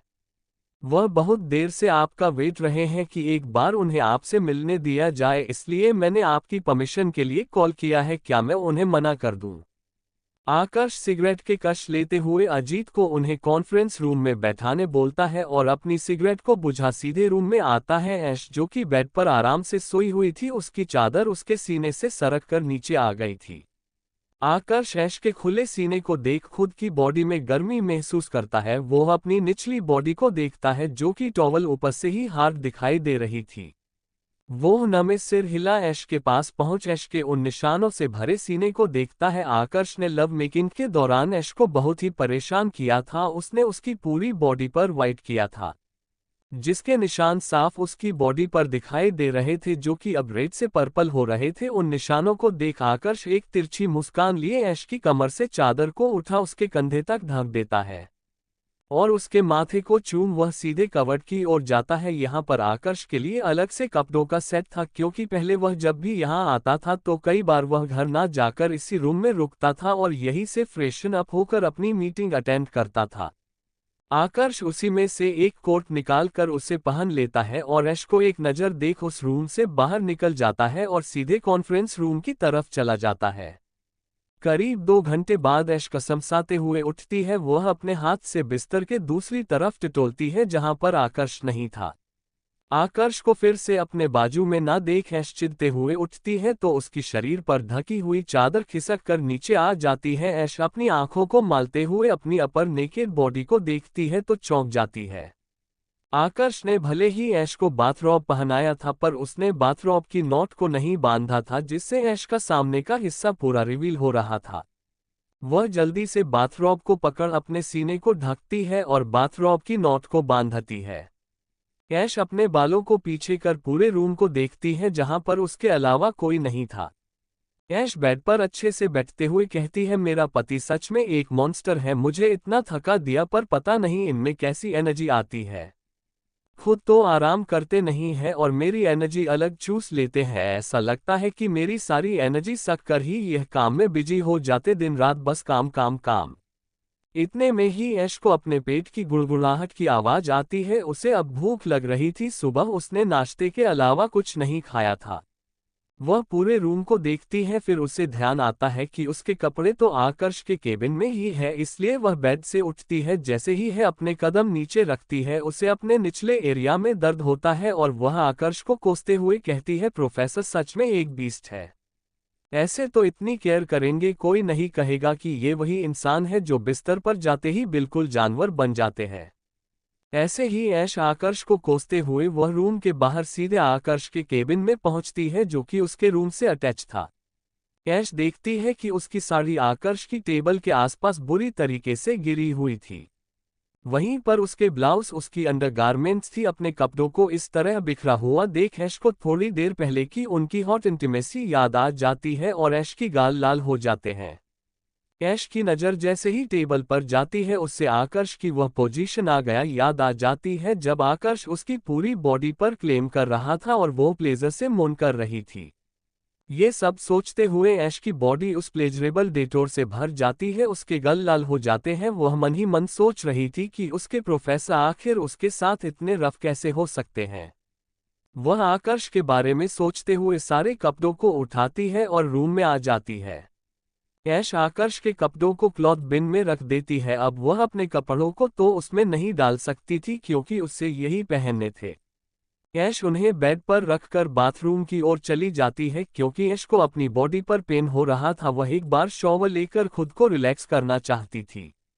ऐश जैसे ही बाथरूम में जाती है उससे मिरर के सामने एक पैकेट दिखता है। ऐश उस पैकेट को देख उसके पास जाती है, उसे खोल के देखती है तो उसमें कपड़ों का सेट था। उस सेट को देख ऐश की आंखें छोटी हो जाती है। ऐश उस पैकेट से पूरे कपड़े निकालती है तो उसके साथ ही एक नोट गिरता है। ऐश उस नोट को उठाकर पढ़ती है तो जिसमें लिखा था, इससे यदि तुम पढ़ रही हो तो जाहिर सी बात है तुम उठ चुकी हो, और खबरदार जो तुमने अपनी वह बेहुदा साड़ी दोबारा पहनने की कोशिश की। मैंने यहाँ पर कुछ कपड़े रखे हैं, चुपचाप इन्हें पहन लेना, और यदि तुमने ये कपड़े नहीं पहने तो बाद के अंजाम के लिए तैयार रहना।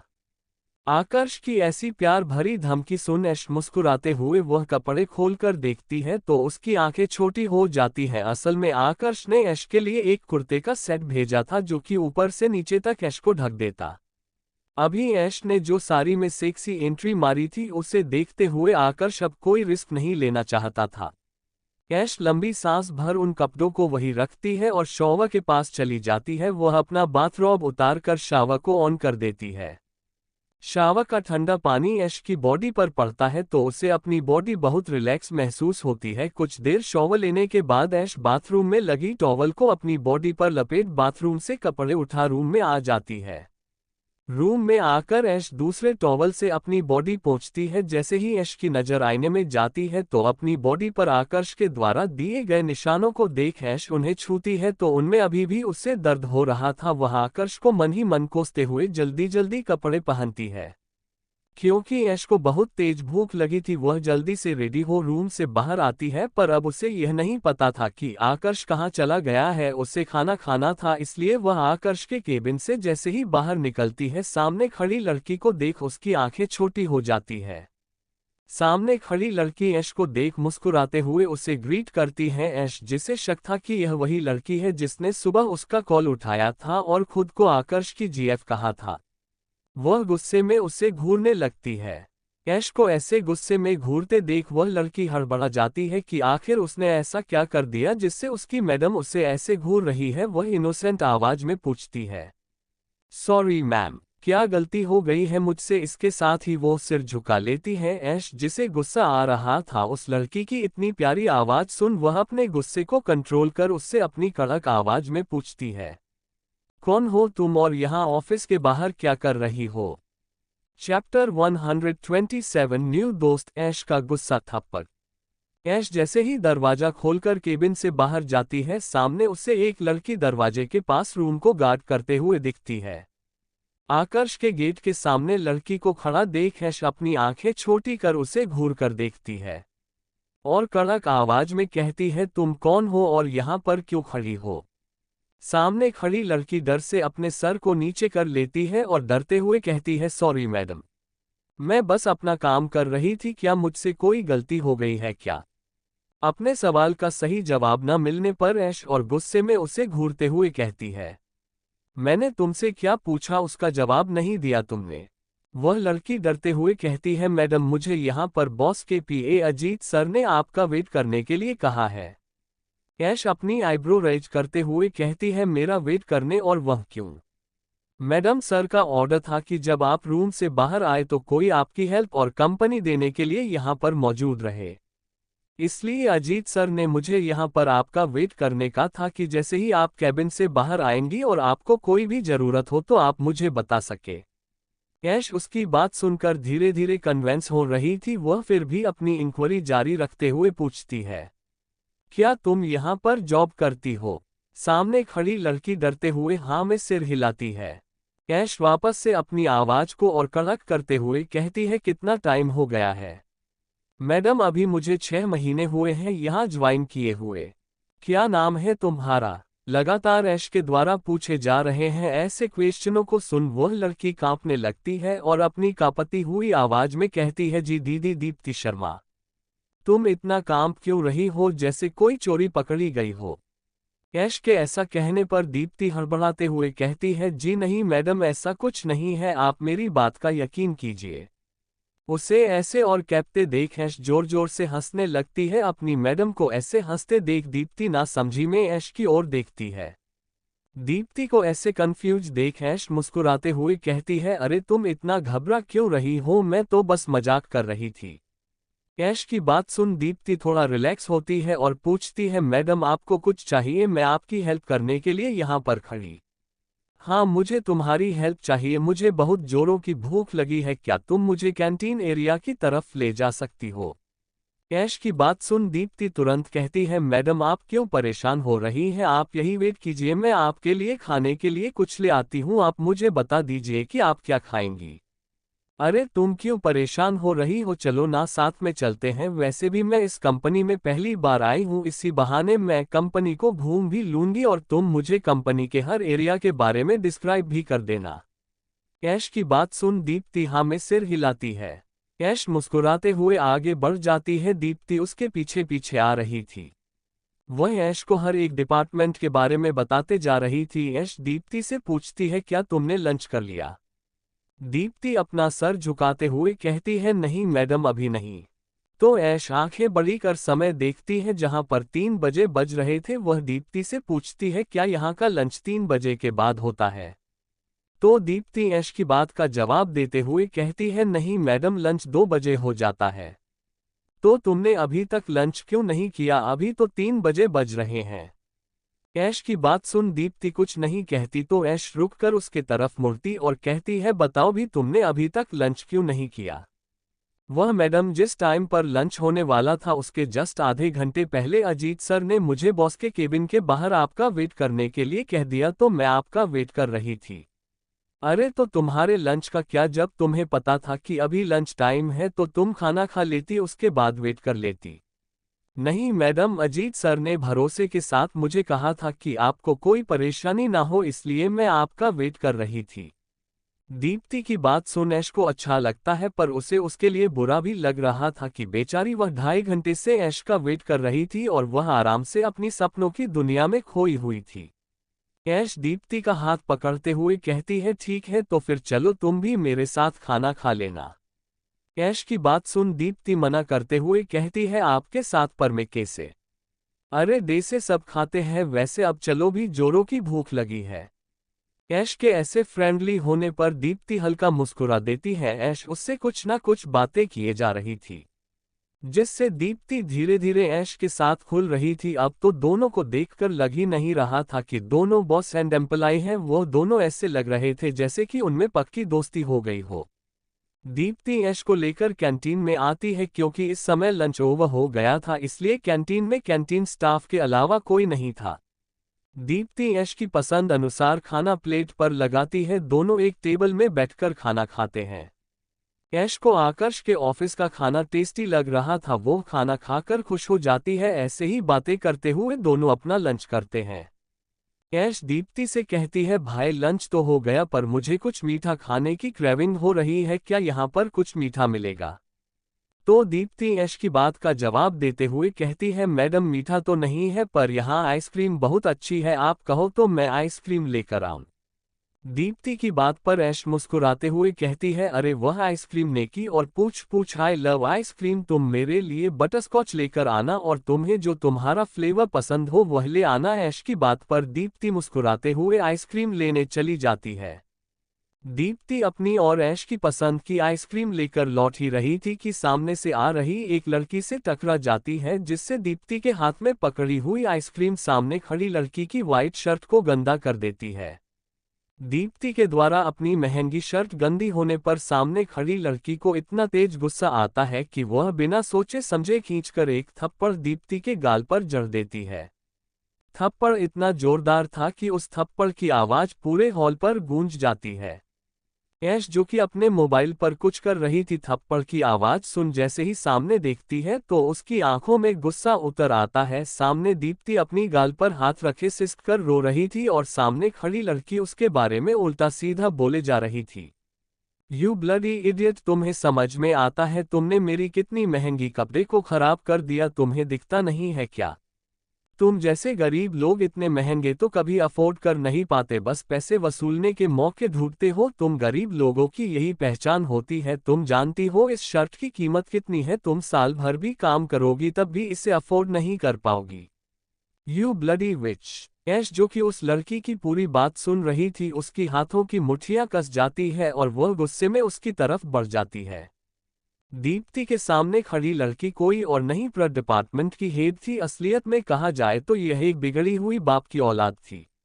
ये केवल राय इंडस्ट्रीज में आकर्ष के कारण ही जॉब कर रही थी क्योंकि यह आकर्ष को पसंद करती है और उसे अपने जाल में फंसाना चाहती थी। और आप सभी ने सही अंदाजा लगाया, ऐश ने जब कॉल किया था तब इन्हीं ने आकर्ष का कॉल उठाया था और खुद को आकर्ष की गर्लफ्रेंड कहा था। दीप्ति सिसकते हुए कहती है, माफ करना रीमा मैडम, मैंने आपको देखा नहीं था। रीमा गुस्से से चीखते हुए कहती है, दो दो आंखें लगाई हुई हैं, इतने मोटे अस्म से भी नहीं दिखा डफर। तुम जानती हो मैं कौन हूं, यहाँ की होने वाली फ्यूचर मालकिन, तुम्हारे बॉस की जीएफ। उसे लड़की की बात सुन ऐश की त्योरियां चढ़ जाती है। ऐश गुस्से में अपनी सीट से उठती है और उस तरफ चली जाती है। रीमा लगातार दीप्ति को कुछ ना कुछ सुनाई जा रही थी। दीप्ति रीमा से अपना बचाव करते हुए कहती है, मैडम आप मुझसे पहले टकराई थी। मैं आपसे नहीं टकराई थी, मैं तो देखकर ही चल रही थी। वह आप थी जो फोन में बात करते हुए आ रही थी और आपका ध्यान मुझ पर नहीं था और आपको इतनी ही अपनी शर्ट की चिंता हो रही है तो आप मुझे उसका प्राइस बता दीजिए, मैं उसके पैसे आपको दे दूंगी, पर आप मुझे ऐसे बेइज्जत नहीं कर सकती। तू चुकाएगी मेरे शर्ट के पैसे? हाँ, जो खुद अपने घर के खर्च नहीं चला पाती, दो कौड़ी की लड़की। तू चुकाएगी? तुझे तो मैं बताती हूँ। इसके साथ ही रीमा दीप्ति को दूसरा चांटा मारने वाली थी कि कोई उसका हाथ पकड़ लेता है और उसका हाथ झटक खींचकर रीमा के गाल पर चांटा जड़ देता है।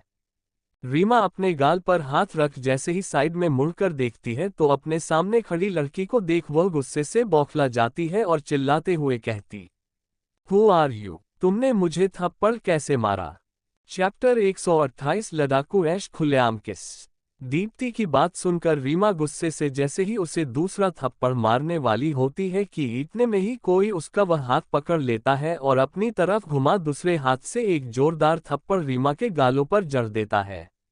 ऐश के ऐसे थप्पड़ मारने पर कैंटीन के सभी एम्प्लॉय चौंक जाते हैं क्योंकि रीमा कंपनी में पीआर की हेड थी और लोग ये भी जानते थे कि वो अमीर बाप की बिगड़ी हुई औलाद है, इसीलिए कोई उससे पंगा नहीं लेता था। कैंटीन में एक लड़की जो कि पूरे सीन को अपने मोबाइल में रिकॉर्ड कर रही थी, वो रीमा को थप्पड़ पड़ता देख तुरंत उस सीन को कंपनी के गॉसिप ग्रुप में सेंड कर देती है। उस एमएसजी को देखकर ये बात पूरी कंपनी में जंगल में लगी आग के जैसे फैल जाती है क्योंकि अधिकतर लोग रीमा के एटीट्यूड से परेशान ही रहते थे। वो लड़की पूरे सीन को लाइव कर देती है। सभी एम्प्लॉय जो कि इतने गोल्डन मोमेंट में नीचे नहीं थे वो सभी अपना काम छोड़ लाइव स्ट्रीम देखने लगते हैं जिसमें उन्हें ऐश का चेहरा नहीं दिखता क्योंकि वो उनके तरफ पीठ करके खड़ी थी। उन्हें सिर्फ दीप्ति, रीमा और ऐश की पीठ दिख रही थी। थप्पड़ इतना जोरदार था कि रीमा 2 कदम पीछे हो जाती है और उसका चेहरा एक तरफ झुक जाता है। रीमा अपने गाल पर हाथ रख गुस्से में नागिन के जैसे फुफकारती हुई जैसे ही सामने देखती है तो उसके सामने 19-20 साल की एक लड़की खड़ी थी जिसने इंडियन वेयर पहना हुआ था। वह देखने में सुंदर थी पर रीमा को उसके कपड़े और पहनावा मामूली लग रहा था। रीमा गुस्से में कहती है, Who the hell are you with? How dare you slap me? तुम्हारी हिम्मत कैसे हुई मुझे थप्पड़ मारने की? तुम जानती हो मैं कौन हूं? एक सेकंड में तुम्हारी पूरी हस्ती तबाह कर सकती हूँ। रीमा के ऐसा बोलने पर ऐश अपने दोनों हाथों को क्रॉस करते हुए कहती है, तुम मेरी हस्ती तबाह करोगी क्या? तुम्हारी औकात है मेरे सामने खड़े रहने की? जो बात कर रही है? ऐश इतराते हुए कहती है। ऐश की बात पर रीमा जोर जोर से हंसने लगती है। रीमा को लग रहा था कि ये लड़की मेरे बारे में कुछ नहीं जानती है इसलिए इतनी बड़ी बड़ी बातें कर रही है। ऐश और दीप्ति रीमा को ऐसे हंसते देख रहे थे जैसे कि वह किसी पागल को देख रहे हैं। ऐश उससे टोंट करते हुए कहती है, दीप्ति लगता है मेरा थप्पड़ इसके दिमाग के स्क्रू ढीले कर गया है, तभी तो देखो कैसे यह पागल हो गई है, इसलिए ये लगातार हंसे जा रही है। ऐश के ऐसा कहने पर रीमा जो कि हंस रही थी उसकी हंसी गायब हो जाती है और उसका चेहरा गुस्से से लाल हो जाता है। वह गुस्से से ऐश की तरफ देखती है और कहती है, पागल तो मैं तुझे करूंगी कमीनी, तू जानती नहीं है तूने किसके ऊपर हाथ उठाया है। अच्छा, क्या मैं जान सकती हूँ कौन है आप? मोहतरमा ऐश की बातों में सार्काज़्म था जिसे रीमा काफी अच्छे से समझ रही थी। वो इतराते हुए काफी कॉन्फिडेंस से कहती है, इस कंपनी की होने वाली मालकिन हूं मैं। 1 सेकंड नहीं लगेगा तुझे और तेरी इस दोस्त को यहां से उठाकर फेंकने में। रीमा की बात सुनकर ऐश अपनी आईब्रो रेज करते हुए कहती है, तुम और इस कंपनी की होने वाली मालकिन। ऐश अपनी उंगली रीमा की तरफ कर उसे ऊपर से नीचे देखती है। रीमा टशन में आते हुए कहती है, आकर्ष राय कपूर की फ्यास से हूं मैं। रीमा के ऐसे कहने पर उसे सुबह की वह कॉल याद आती है कि जब उसने सुबह आकर्ष को कॉल किया था तब किसी लड़की ने कॉल उठाया था और वह खुद को आकर्ष की गर्लफ्रेंड कह रही थी। अब ऐश को उस लड़की और रीमा की आवाज कुछ मिली जुली लगती है। उसे समझते देर नहीं लगती कि उसके सामने खड़ी ये नमूनी ही थी जिसने आकर्ष का कॉल उठाया था। ऐश गहरी सांस ले मन में सोचती है, कामखा ही वो अपने प्रोफेसर पर शक कर रही थी। उसे मन ही मन रीमा के ऊपर हंसी आ रही थी कि कोई इतनी बड़ी गलतफहमी में आखिर रह कैसे सकता है, ये लड़की सच में सेल्फ ऑब्सेस्ड है। ऐश को खुद के ख्यालों में देख रीमा को लगता कि ऐश उससे डरकर चुप हो गई है। वो विनिंग स्माइल लिए ऐश से कहती है, हम जल्द ही शादी करने वाले हैं और मैं इस पूरी कंपनी की मालकिन बन जाऊंगी। रीमा की बात सुन ऐश दीप्ति की तरफ देख सार्काज़्म टोन में कहती है, दीप्ति क्या तुम्हारे बॉस जल्द ही इस नामुनी से शादी करने वाले हैं जिसे ना बात करने की तमीज है ना कपड़े पहनने का ढंग। आखिर इसे हायर किसने किया है यहाँ पर। ऐश लगातार रीमा के ऊपर वार पे वार किए जा रही थी। सारी कंपनी दोनों की लड़ाई को दिलचस्पी के साथ सुन रही थी। ऐश के ऐसा कहने पर रीमा बौखलाते हुए कहती है, how dare you talk to me like this. तुम जानती ही क्या हो मेरे बारे में। इस कंपनी के बोर्ड ऑफ डायरेक्टर की बेटी हूं मैं। तुम्हारी औकात नहीं है मेरे सामने खड़े होने की। बहन जी खुद को देखा है कभी और तुम लगती क्या हो इस न्यूवी की और इस ऑफिस में कर क्या रही हो। मुझे तो तुम यहाँ की एम्प्लॉय दिख नहीं लग रही हो। आखिर तुम्हें घुसने किसने दिया इस कंपनी में। ऐश अपने हाथों में फूंक मारते हुए कहती है, जैसे कि तुमने पहले कहा कि तुम इस कंपनी की होने वाली मालकिन हो तो तुम ये समझ लो कि मैं इस कंपनी की हो चुकी मालकिन हूँ। ऐश की बात सुन रीमा जोर जोर से हंसने लगती है और कहती है, बहुत अच्छी गलतफहमी पालकर रखी है तुमने आकर्ष। वह भी तुम जैसी बहन जी के साथ शादी करेगा। इम्पॉसिबल, वह सिर्फ मुझसे शादी करेगा। उसका और मेरा स्टैंडर्ड एक है। तुम जैसी बेवकूफ़ और बदसूरत लड़की को आकर्ष मुंह भी नहीं लगाए। अच्छा ऐसी बात है तो मैं तुम्हारी इस ख्वाहिश को जरूर पूरा करूंगी। वो मुझे मुंह भी लगाएंगे और मैं इस कंपनी में राज भी करूंगी। ओह हेलो मैडम, अपने सपनों की दुनिया से बाहर आओ। तुम्हें तो मैं अब बताती हूँ कि तुम्हारी असली औकात क्या है। रीमा बहुत जोर जोर से सिक्योरिटी सिक्योरिटी चिल्लाने लगती है। कैंटीन के बाहर जो सिक्योरिटी गार्ड खड़े थे वह जल्दी से आगे आते हैं और रीमा के सामने सर झुकाते हुए कहते हैं, जी मैडम। रीमा ऐश की तरफ इशारा करते हुए कहती है, इस बहन जी को इस कंपनी के बाहर का रास्ता दिखाओ और ध्यान रहे मुड़कर भी यह इस कंपनी के अंदर नहीं आनी चाहिए। और फिर दीप्ति की तरफ मुड़ के, और तुम न्यू भी, तुम्हें तो मैं बताती हूँ कि मुझसे पंगा लेने का अंजाम क्या होता है। बहुत उड़ली तुम आसमान में, अब मैं तुम्हें सीधे जमीन लाकर पटकूंगी और जिस पर तुम घमंड कर रही हो ना, इस 2 टके की नौकरी पर तुम्हें यूं चुटकियों में निकलवा दूंगी। Just wait and watch. Reema bodyguard से ऐश को बाहर ले जाने के लिए कहती है। जैसे ही बॉडीगार्ड ऐश को पकड़ने वाले थे कि इतने में ही कैंटीन में एक गंभीर और कोल्ड आवाज गूंज जाती है। क्या हो रहा है यहाँ पर। उस आवाज को सुनकर ऐश के चेहरे पर एक तिरछी मुस्कान आ जाती है। रीमा जो कि बड़े ही एटीट्यूड में खड़ी थी, आकर्ष को आते देख विक्टिम कार्ड खेलते हुए खुद इनोसेंट चेहरा बना लेती है। जैसे ही आकर्ष और अजीत उनके पास आते हैं तो उन दोनों की नज़र दोनों लड़कियों पर जाती है। अजीत जो कि दीप्ति की ओर देख रहा था, उसके चेहरों पर उंगलियों के निशान देख उसके हाथों की मुट्ठियां कस जाती हैं। जी हाँ, बिल्कुल सही समझा आपने। हमारे अजीत बाबू हमारी दीप्ति मैडम को पसंद करते हैं। जब से दीप्ति ने इस कंपनी में इंटरव्यू दिया था, उस इंटरव्यू को अजीत ने ही लिया था। दीप्ति तो उन्हें पहली नज़र में ही पसंद आ गई थी, इसलिए उसने जानबूझकर दीप्ति को ऐसी पोजीशन दी जिससे वह उसके आसपास रह सके। दीप्ति के चेहरे पर चांटे के निशान देख उसे अंदर ही अंदर गुस्सा आने लगता है। वह समझ चुका था कि दीप्ति को चांटा इस चुड़ैल रीमा ने ही मारा होगा, पर वह अपने बॉस के सामने अभी कुछ बोल नहीं सकता था, इसलिए चुपचाप अपने गुस्से को दबाए खड़ा था। आकर्ष सीधे ऐश के बाजू में खड़ा हो जाता है। रीमा जो कि इनोसेंट बनते हुए आकर्ष को देख रही थी, उसे ऐश के बाजू से खड़ा देख उसकी हाथों की मुट्ठियां बंध जाती हैं। फिर भी वह ऐश को आकर्ष की नज़र में गिराने उद्देश्य से कहती है, सर देखिए ना, एक तो ये लड़की बिना किसी की परमिशन के यहाँ ऑफिस के अंदर आ गई है और मेरे ऊपर आइसक्रीम गिराने के बाद बिना मुझे सॉरी बोले इन्होंने मेरे साथ बदतमीजी की और उल्टा मुझे ही थप्पड़ मारा, और मैं इससे यहाँ से निकलने के लिए कह रही हूँ तो यह उल्टा मेरे से बहस कर रही है। ऐश मैडम भी कहाँ कम थी, वो रीमा की बात सुनकर आकर्ष की तरफ देखती है और कहती है, प्रोफेसर आपने बताया नहीं कि आप फिर से शादी करने वाले हैं और मुझे आज ही पता चला कि ये मिस आपकी फियांसे हैं।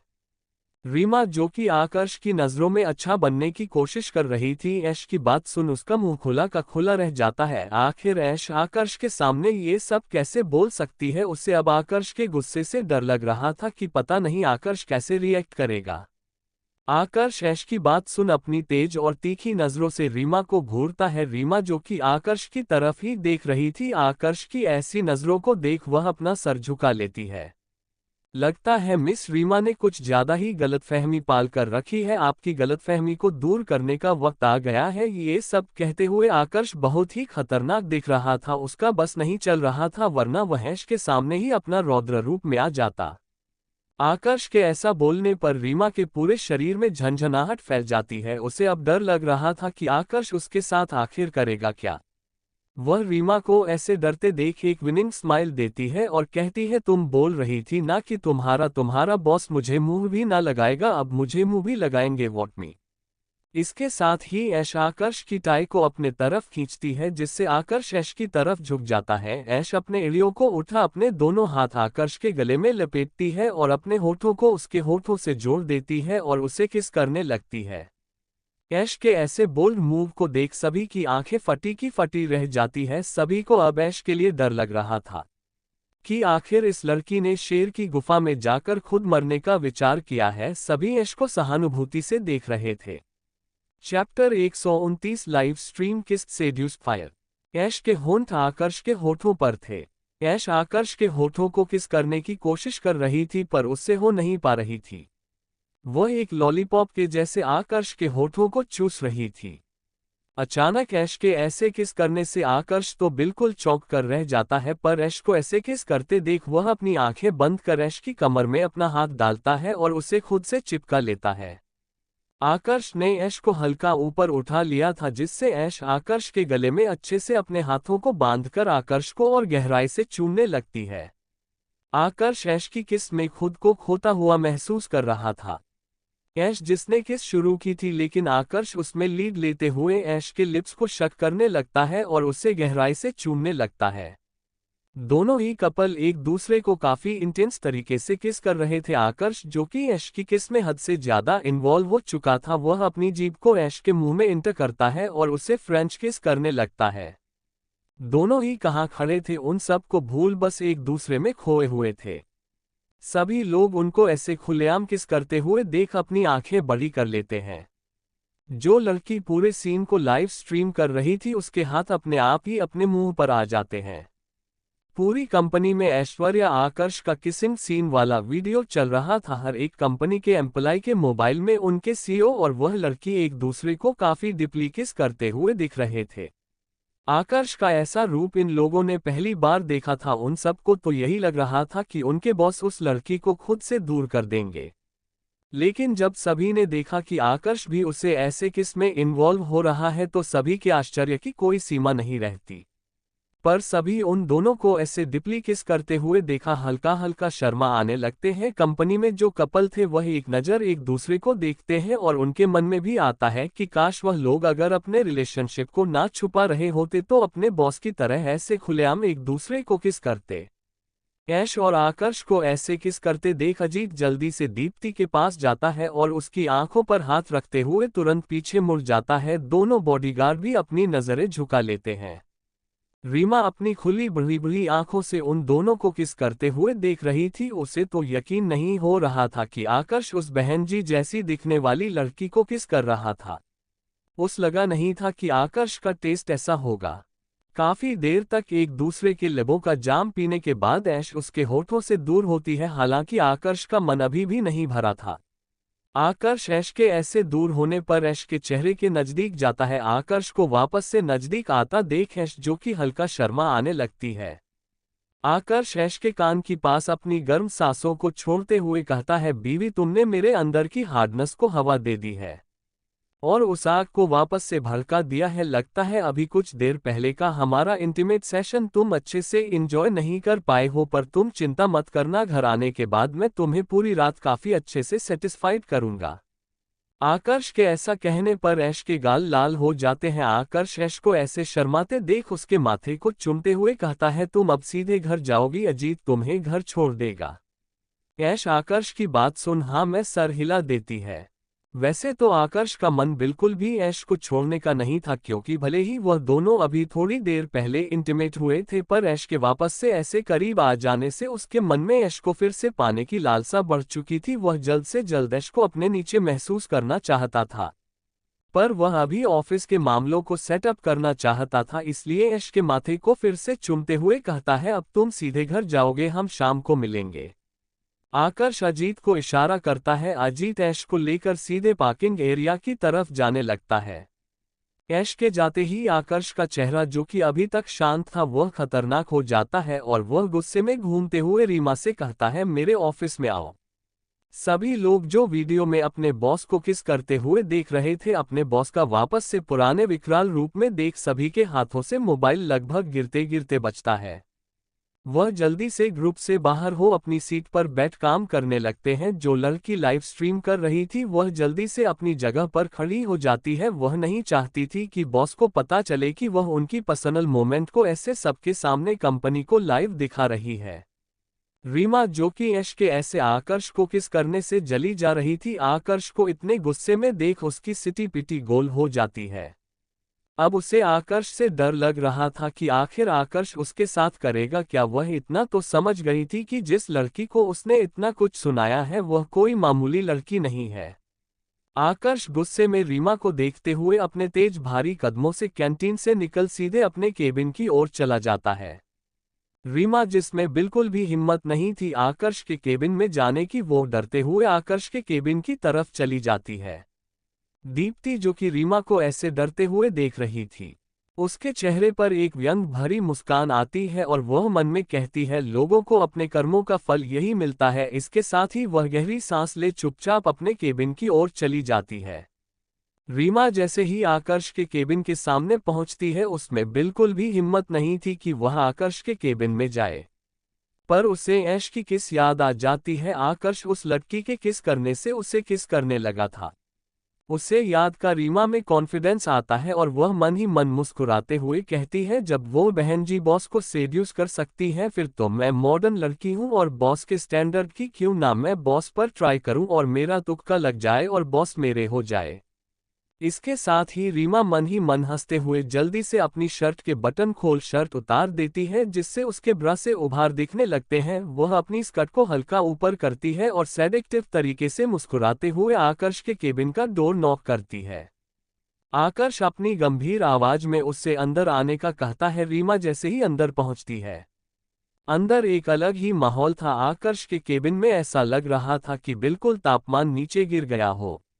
रीमा को आकर्ष के केबिन में ठंड का एहसास हो रहा था। आकर्ष जैसे ही रीमा की तरफ देखता है, रीमा को इतने कम कपड़ों में देख उसकी आंखें रेड ब्लड हो जाती है। उसे रीमा के इस तरह आने का मतलब काफी अच्छी तरीके से समझ आ रहा था। रीमा उससे सेड्यूस करना चाहती हूँ ये सोचकर ही उसके हाथों की नसें फूलने लगती है। ऐश के अलावा कोई उसके बारे में ये सोच रखे यह उसे कतई मंजूर नहीं था। वह हुए जैसे ही अपना सिर ऊपर उठाती है, आकर्ष की आग उगलती आंखों में देख वह अपना थूक गटकती है। आकर्ष उसे गुस्से में घूरते हुए कहता है, क्या है ये सब मिस रीमा, कैसे बेहुदा कपड़े पहने हुए हैं आपने, क्या आप भूल गई हैं कि ये आपका बेडरूम नहीं वर्क प्लेस है।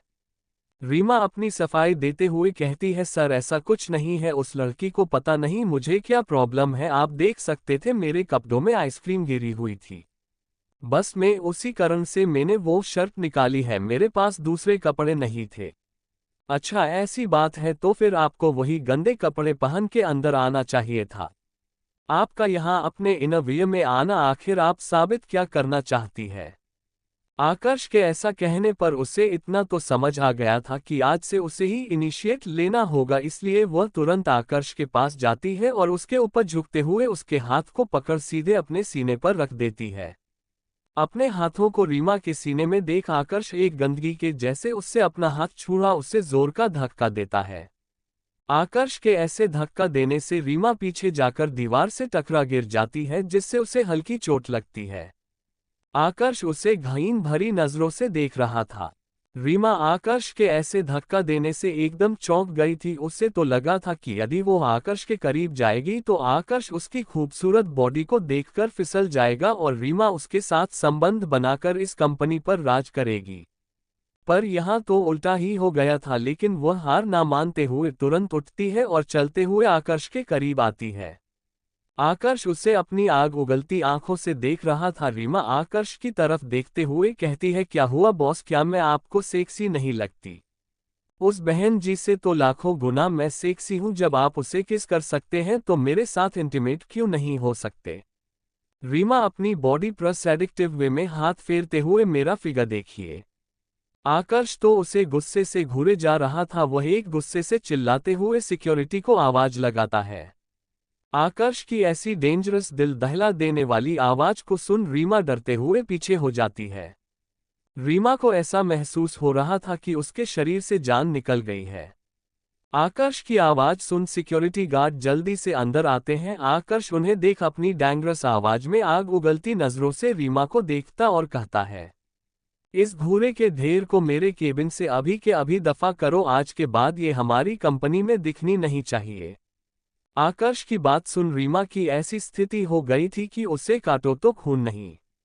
वह आकर्ष से लगातार गिड़गिड़ाते हुए कह रही थी, प्लीज सर मुझे इस जॉब से मत निकालिए। मुझसे जो भी गलती हुई है मैं उसके लिए आपसे माफी मांग लूंगी।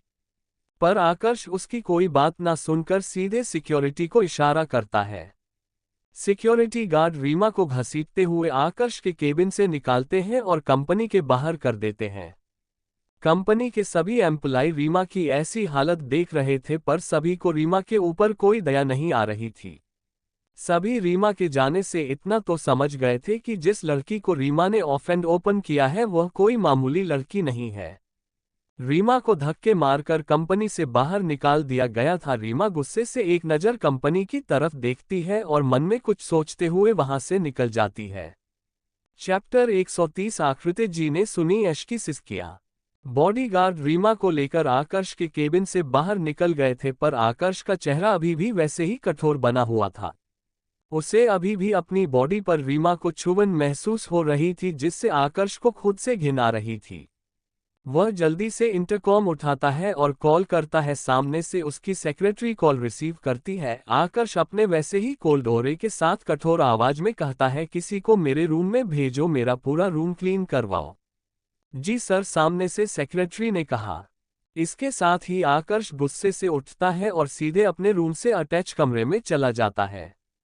आकर्ष जैसे ही रूम में आता है उससे ऐश की भीनी भीनी खुशबू आती है। ऐश को महसूस कर आकर्ष को बॉडी काफी अच्छा महसूस कर रही थी। वो बाथरूम आ अपने सारे कपड़े रिमूव कर शावर के नीचे खड़ा हो जाता है और अपनी पूरी बॉडी को हाथों से रगड़ने लगता है। उसे अभी भी अपनी बॉडी में रीमा की छुअन महसूस हो रही थी, जिसके कारण उसकी नशे वापस से तन जाती है। अभी जो रिलैक्स उसे ऐश की खुशबू से मिला था वापस से घिन में बदल जाता है। आकर्ष समझ चुका था कि उसे अपनी प्यारी बीवी ऐश के पास जाना होगा। ऐश के पास जाते ही आकर्ष खुद को रिलैक्स महसूस करता था, इसलिए वह जल्दी से बाहर आ अपने कपड़े निकलता है और उन्हें पहन अपनी पर्सनल लिफ्ट से सीधे पार्किंग एरिया में जा रॉय विला की ओर निकल जाता है। ऐश, जो कि अभी कुछ देर पहले ही कंपनी से लौटी थी, सबसे कुछ देर बातें करने के बाद वह अपने रूम में चली जाती है। इस समय ऐश अपने सारे कपड़ों को वही रूम में उतार सीधे बाथरूम में जा गाना गुनगुनाते हुए मस्त कोल्ड शावर ले रही थी। इतनी हॉट इंटीमेसी के बाद भले ही आकर्ष ने ऐश को नहला दिया था, पर फिर भी उसे अपनी बॉडी में थकान महसूस हो रही थी। इसलिए वह अपने सारे कपड़ों को रिमूव कर शावर के नीचे खड़ी हो जाती है। शावर का ठंडा पानी धीरे धीरे उसकी बॉडी को रिलैक्स कर रहा था। ऐश गाना गुनगुनाते हुए शावर के मजे ले रही थी कि तभी पीछे से कोई उसकी कमर में हाथ डाल उसे खुद से चिपका लेता। ऐश जो कि आंख बंद करके शावर ले रही थी, अचानक ही किसी के टच को महसूस कर वह जल्दी से अपनी आंखें खोलती है और जैसे ही पीछे मुड़कर देखती है तो उसकी आंखें आकर्ष की इंटेंस नजरों से टकराती है। आकर्ष उसे अपनी गहरी नजरों से देख रहा था। ऐश आकर्ष की नजरों को अपनी बॉडी पर महसूस कर सिहर जाती है। आकर्ष लगातार ऐश की पूरी बॉडी को अपनी आंखों से स्कैन कर रहा था। आकर्ष को ऐसे अचानक अपने पीछे देख और उसकी आंखों की इंटेंसिटी देख ऐश खुद को संभालते हुए हकलाकर कहती है, आप तो शाम को आने वाले थे ना प्रोफेसर, अचानक से अभी यहाँ कैसे?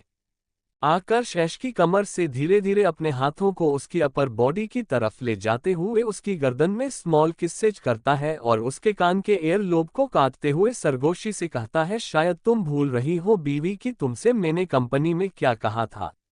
आकर्ष की ऐसी छुअन को महसूस कर ऐश धीरे धीरे अपनी बॉडी को हॉट होते हुए महसूस कर रही थी। वह हल्का हल्का कांपते हुए कहती है, कौन सी बात? आकर्ष ऐश की बात सुन उसके गले में बाइट करते हुए कहता है, यही कि घर में तुम्हें मैं अच्छे से सेटिस्फाइड कर दूंगा। आकर्ष के ऐसे बाइट करने से ऐश की तेज चीख निकल जाती है। आकर्ष ऐश की चीख को सुन उस जगह पर शक करते हुए किस करने लगता है।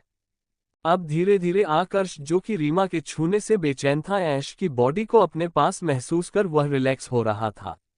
आकर्ष की बॉडी ऐश के पास आते ही हार्ड होने लगी थी। ऐश जो कि बिना कपड़ों के ही आकर्ष के सामने पीठ करके खड़ी हुई थी, उसे भी महसूस हो रहा था कि इस समय आकर्ष ने कपड़े नहीं पहने हैं। आकर्ष की हार्डनेस उसे अपने पीछे महसूस हो रही थी, जिससे ऐश की सांसें तेज होने लगती है। वह गहरी सांसें लेते हुए कहती है, आप ये क्या कर रहे हैं प्रोफेसर? अपना वादा पूरा। ये सब आकर्ष ने काफी सेडिक्टिव वे में कहा था, जिससे ऐश बिल्कुल कांप जाती है। आकर्ष के इस वे में कहने से है ऐश शर्मा जाती है। आकर्ष अपनी बात पूरी करते हुए आगे कहता है, तुम्हारी ये हॉट बॉडी मेरी बॉडी को ऐसे रिएक्ट करने पर मजबूर कर रही है। आकर्ष की बात सुन ऐश एकदम से आकर्ष के सामने मुड़ जाती है। आकर्ष ऐश के ऐसे मुड़ने से उसकी कमर में हाथ डाल उसे खुद से चिपका लेता है। ऐश ऐसे करने पर ऐश के पीठ जैसे ब्रेस्ट आकर्ष को अपने सीने पर महसूस हो रहे थे, जिन्हें महसूस कर उसकी पकड़ ऐश की कमर पर कस जाती है। ऐश जो कि आकर्ष को खुद से दूर करने के लिए मुड़ी थी, अब उसे अपनी इस मूव पर अफसोस हो रहा था कि उसने सोते हुए शेर को और भड़का दिया। आकर्ष ऐश को इंटेंस नजरों से देखते हुए धीरे धीरे अपने कदम ऐश की तरफ बढ़ाता है। ऐश जो कि जानती थी कि यदि उसने अब आकर्ष को नहीं रोका तो आगे वापस से उसके साथ वही होगा जो कि सुबह हुआ था। ऐश अपने कदम पीछे लेने लगती है, पर वह बेचारी यह भूल गई थी कि इस समय वह बाथरूम में है। ऐश सीधे बाथरूम की दीवार से चिपक जाती है। ऐश दीवार से चिपकते ही अपनी मासूम आंखों से आकर्ष को देखती है। ऐश जिसे पता चल चुका था कि अब उसके बचने की कोई होप नहीं है। ऐश की ऐसी आंखों को देख आकर्ष ऐश के नजदीक अपने चेहरे को लाते हुए कहता है, don't be act like innocent बीवी। तुम अपना चेहरा ऐसा बिल्कुल नहीं बनाओगी, क्योंकि मैं तुम्हारे साथ बिल्कुल भी प्यार से पेश नहीं आने वाला हूँ। I want hard and fast wild love making. इसके साथ ही आकर्ष ऐश के होठों पर अपने होंठ रख देता है और उसके होठों को शक करने लगता है। ऐश जो कि इस चीज के लिए बिल्कुल भी रेडी नहीं थी, आकर्ष द्वारा किए गए हमले से उसकी आंखें बड़ी हो जाती हैं। आकर्ष ऐश को लगातार किस करते हुए उसकी आंखों पर अपना हाथ रखता है और उसे गहराई से चूमने लगता है। आकर्ष का दूसरा हाथ ऐश की कमर से धीरे धीरे अपर बॉडी की तरफ आ रहा था। ऐश जो कि आकर्ष के ऐसे किस करने से गहरी सांस ले रही थी, जिससे उसकी अपर बॉडी पर और डाउन हो रही थी। आकर्ष उसके एक ब्रेस्ट को पकड़ अपने हाथों में भर लेता है और उसे मसलने लगता है। आकर्ष के ऐसा करने पर उसकी पूरी बॉडी में सिहरन दौड़ जाती है। अब वह धीरे धीरे अपने आप को आकर्ष के लिए लूज महसूस कर रहे थी। वह भी आकर्ष की किस में इन्वॉल्व हो आकर्ष के जैसे वाइल्ड किस करने लगती है। दोनों ही एक दूसरे की प्यासे की तरह चूम रहे थे। ना आकर्ष पीछे हटने का नाम ले रहा था और न ही ऐश। दोनों ही काफी एग्रेसिव होकर एक दूसरे को स्मूच कर रहे थे। उन दोनों की जीभ एक दूसरे के साथ खेल रही थी। आकर्ष ने ऐश के मुंह के हर कोने को अपने होठों से शक किया था। आकर्ष की जीभ लगातार ऐश के मुंह में एक्सप्लो कर रही थी और उसके हाथ ऐश के ब्रेस्ट को मसल रहे थे। आकर्ष धीरे धीरे अपने दूसरे हाथ को ऐश की निचली बॉडी की ओर ले जाने लगता है। अपने मिड एरिया पर आकर्ष के हाथों को महसूस कर ऐश हल्का साहम जाती है। आकर्ष जैसे ही ऐश को नीचे टच करता है उसके होठों पर तिरछी स्माइल आ जाती है। वो अपने होठों को ऐश के होठों से अलग कर अपनी गहरी आवाज में कहता है, मुझे लगता है कि तुम मुझे अपने अंदर महसूस करने के लिए काफी बेताब हो बीवी। देखो अभी मैंने तुम्हें थोड़ा ही टच किया है लेकिन तुम इतनी वेट हो कि ऐसा लग रहा तुम मुझे पूरा ही निगल जाओगे। इधर दूसरी तरफ आकृति जी, जिसे मालूम नहीं था कि आकर्ष घर आ गया है, वो ऐश को बुलाने आई थी क्योंकि सभी ने डिसाइड किया था कि आज वो लोग बाहर गार्डन में इवनिंग स्नैक और गॉसिप करेंगे।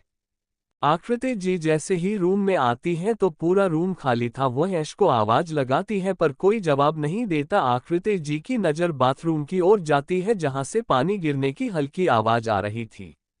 वह बाथरूम के नजदीक जा जैसे ही ऐश को पुकारने वाली थी कि अंदर से आ रही कराहने की आवाज सुन उनके गाल लाल हो जाते हैं। अंदर ऐश की भारी सांसों की आवाज आ रही थी। वह उन आवाजों को सुन जल्दी से मुड़ जाती है तो उनकी नजर आकर्ष के ऑफिस बैग पर जाती है। उन्हें समझते देर नहीं लगती कि उनका बेटा घर आ चुका है। अब उन्हें समझ आ गया था कि इस समय आकर्ष और ऐश दोनों ही बाथरूम के अंदर हैं और अंदर क्या चल रहा है ये सोचकर ही उनके गाल लाल हो गए थे। वह शर्म के मारे जल्दी से रूम से बाहर निकल जाती है। दादी माँ, जो आकृति जी और ऐश का हॉल में इंतजार कर रही थी, आकृति जी को अकेला आया देख कहती हैं, क्या हुआ बहू, ऐश नहीं आई? तुम उसे ही बुलाने गई थी ना? दादी माँ के ऐसे बोलने पर आकृति जी हड़बड़ा जाती है। उन्हें समझ नहीं आ रहा था कि वह क्या बोले। वह ये तो नहीं बोल सकती थी कि इस समय ऐश और आकाश रोमांस कर रहे हैं, इसलिए वह बात बदलते हुए कहते हैं, माँ ऐश थक गई है, वह सो रही है, इसलिए मैंने उसे डिस्टर्ब करना सही नहीं समझा। हम बाहर चलते हैं। अनीशा ने बाहर नाश्ते की प्लेट्स लगा दिए हैं।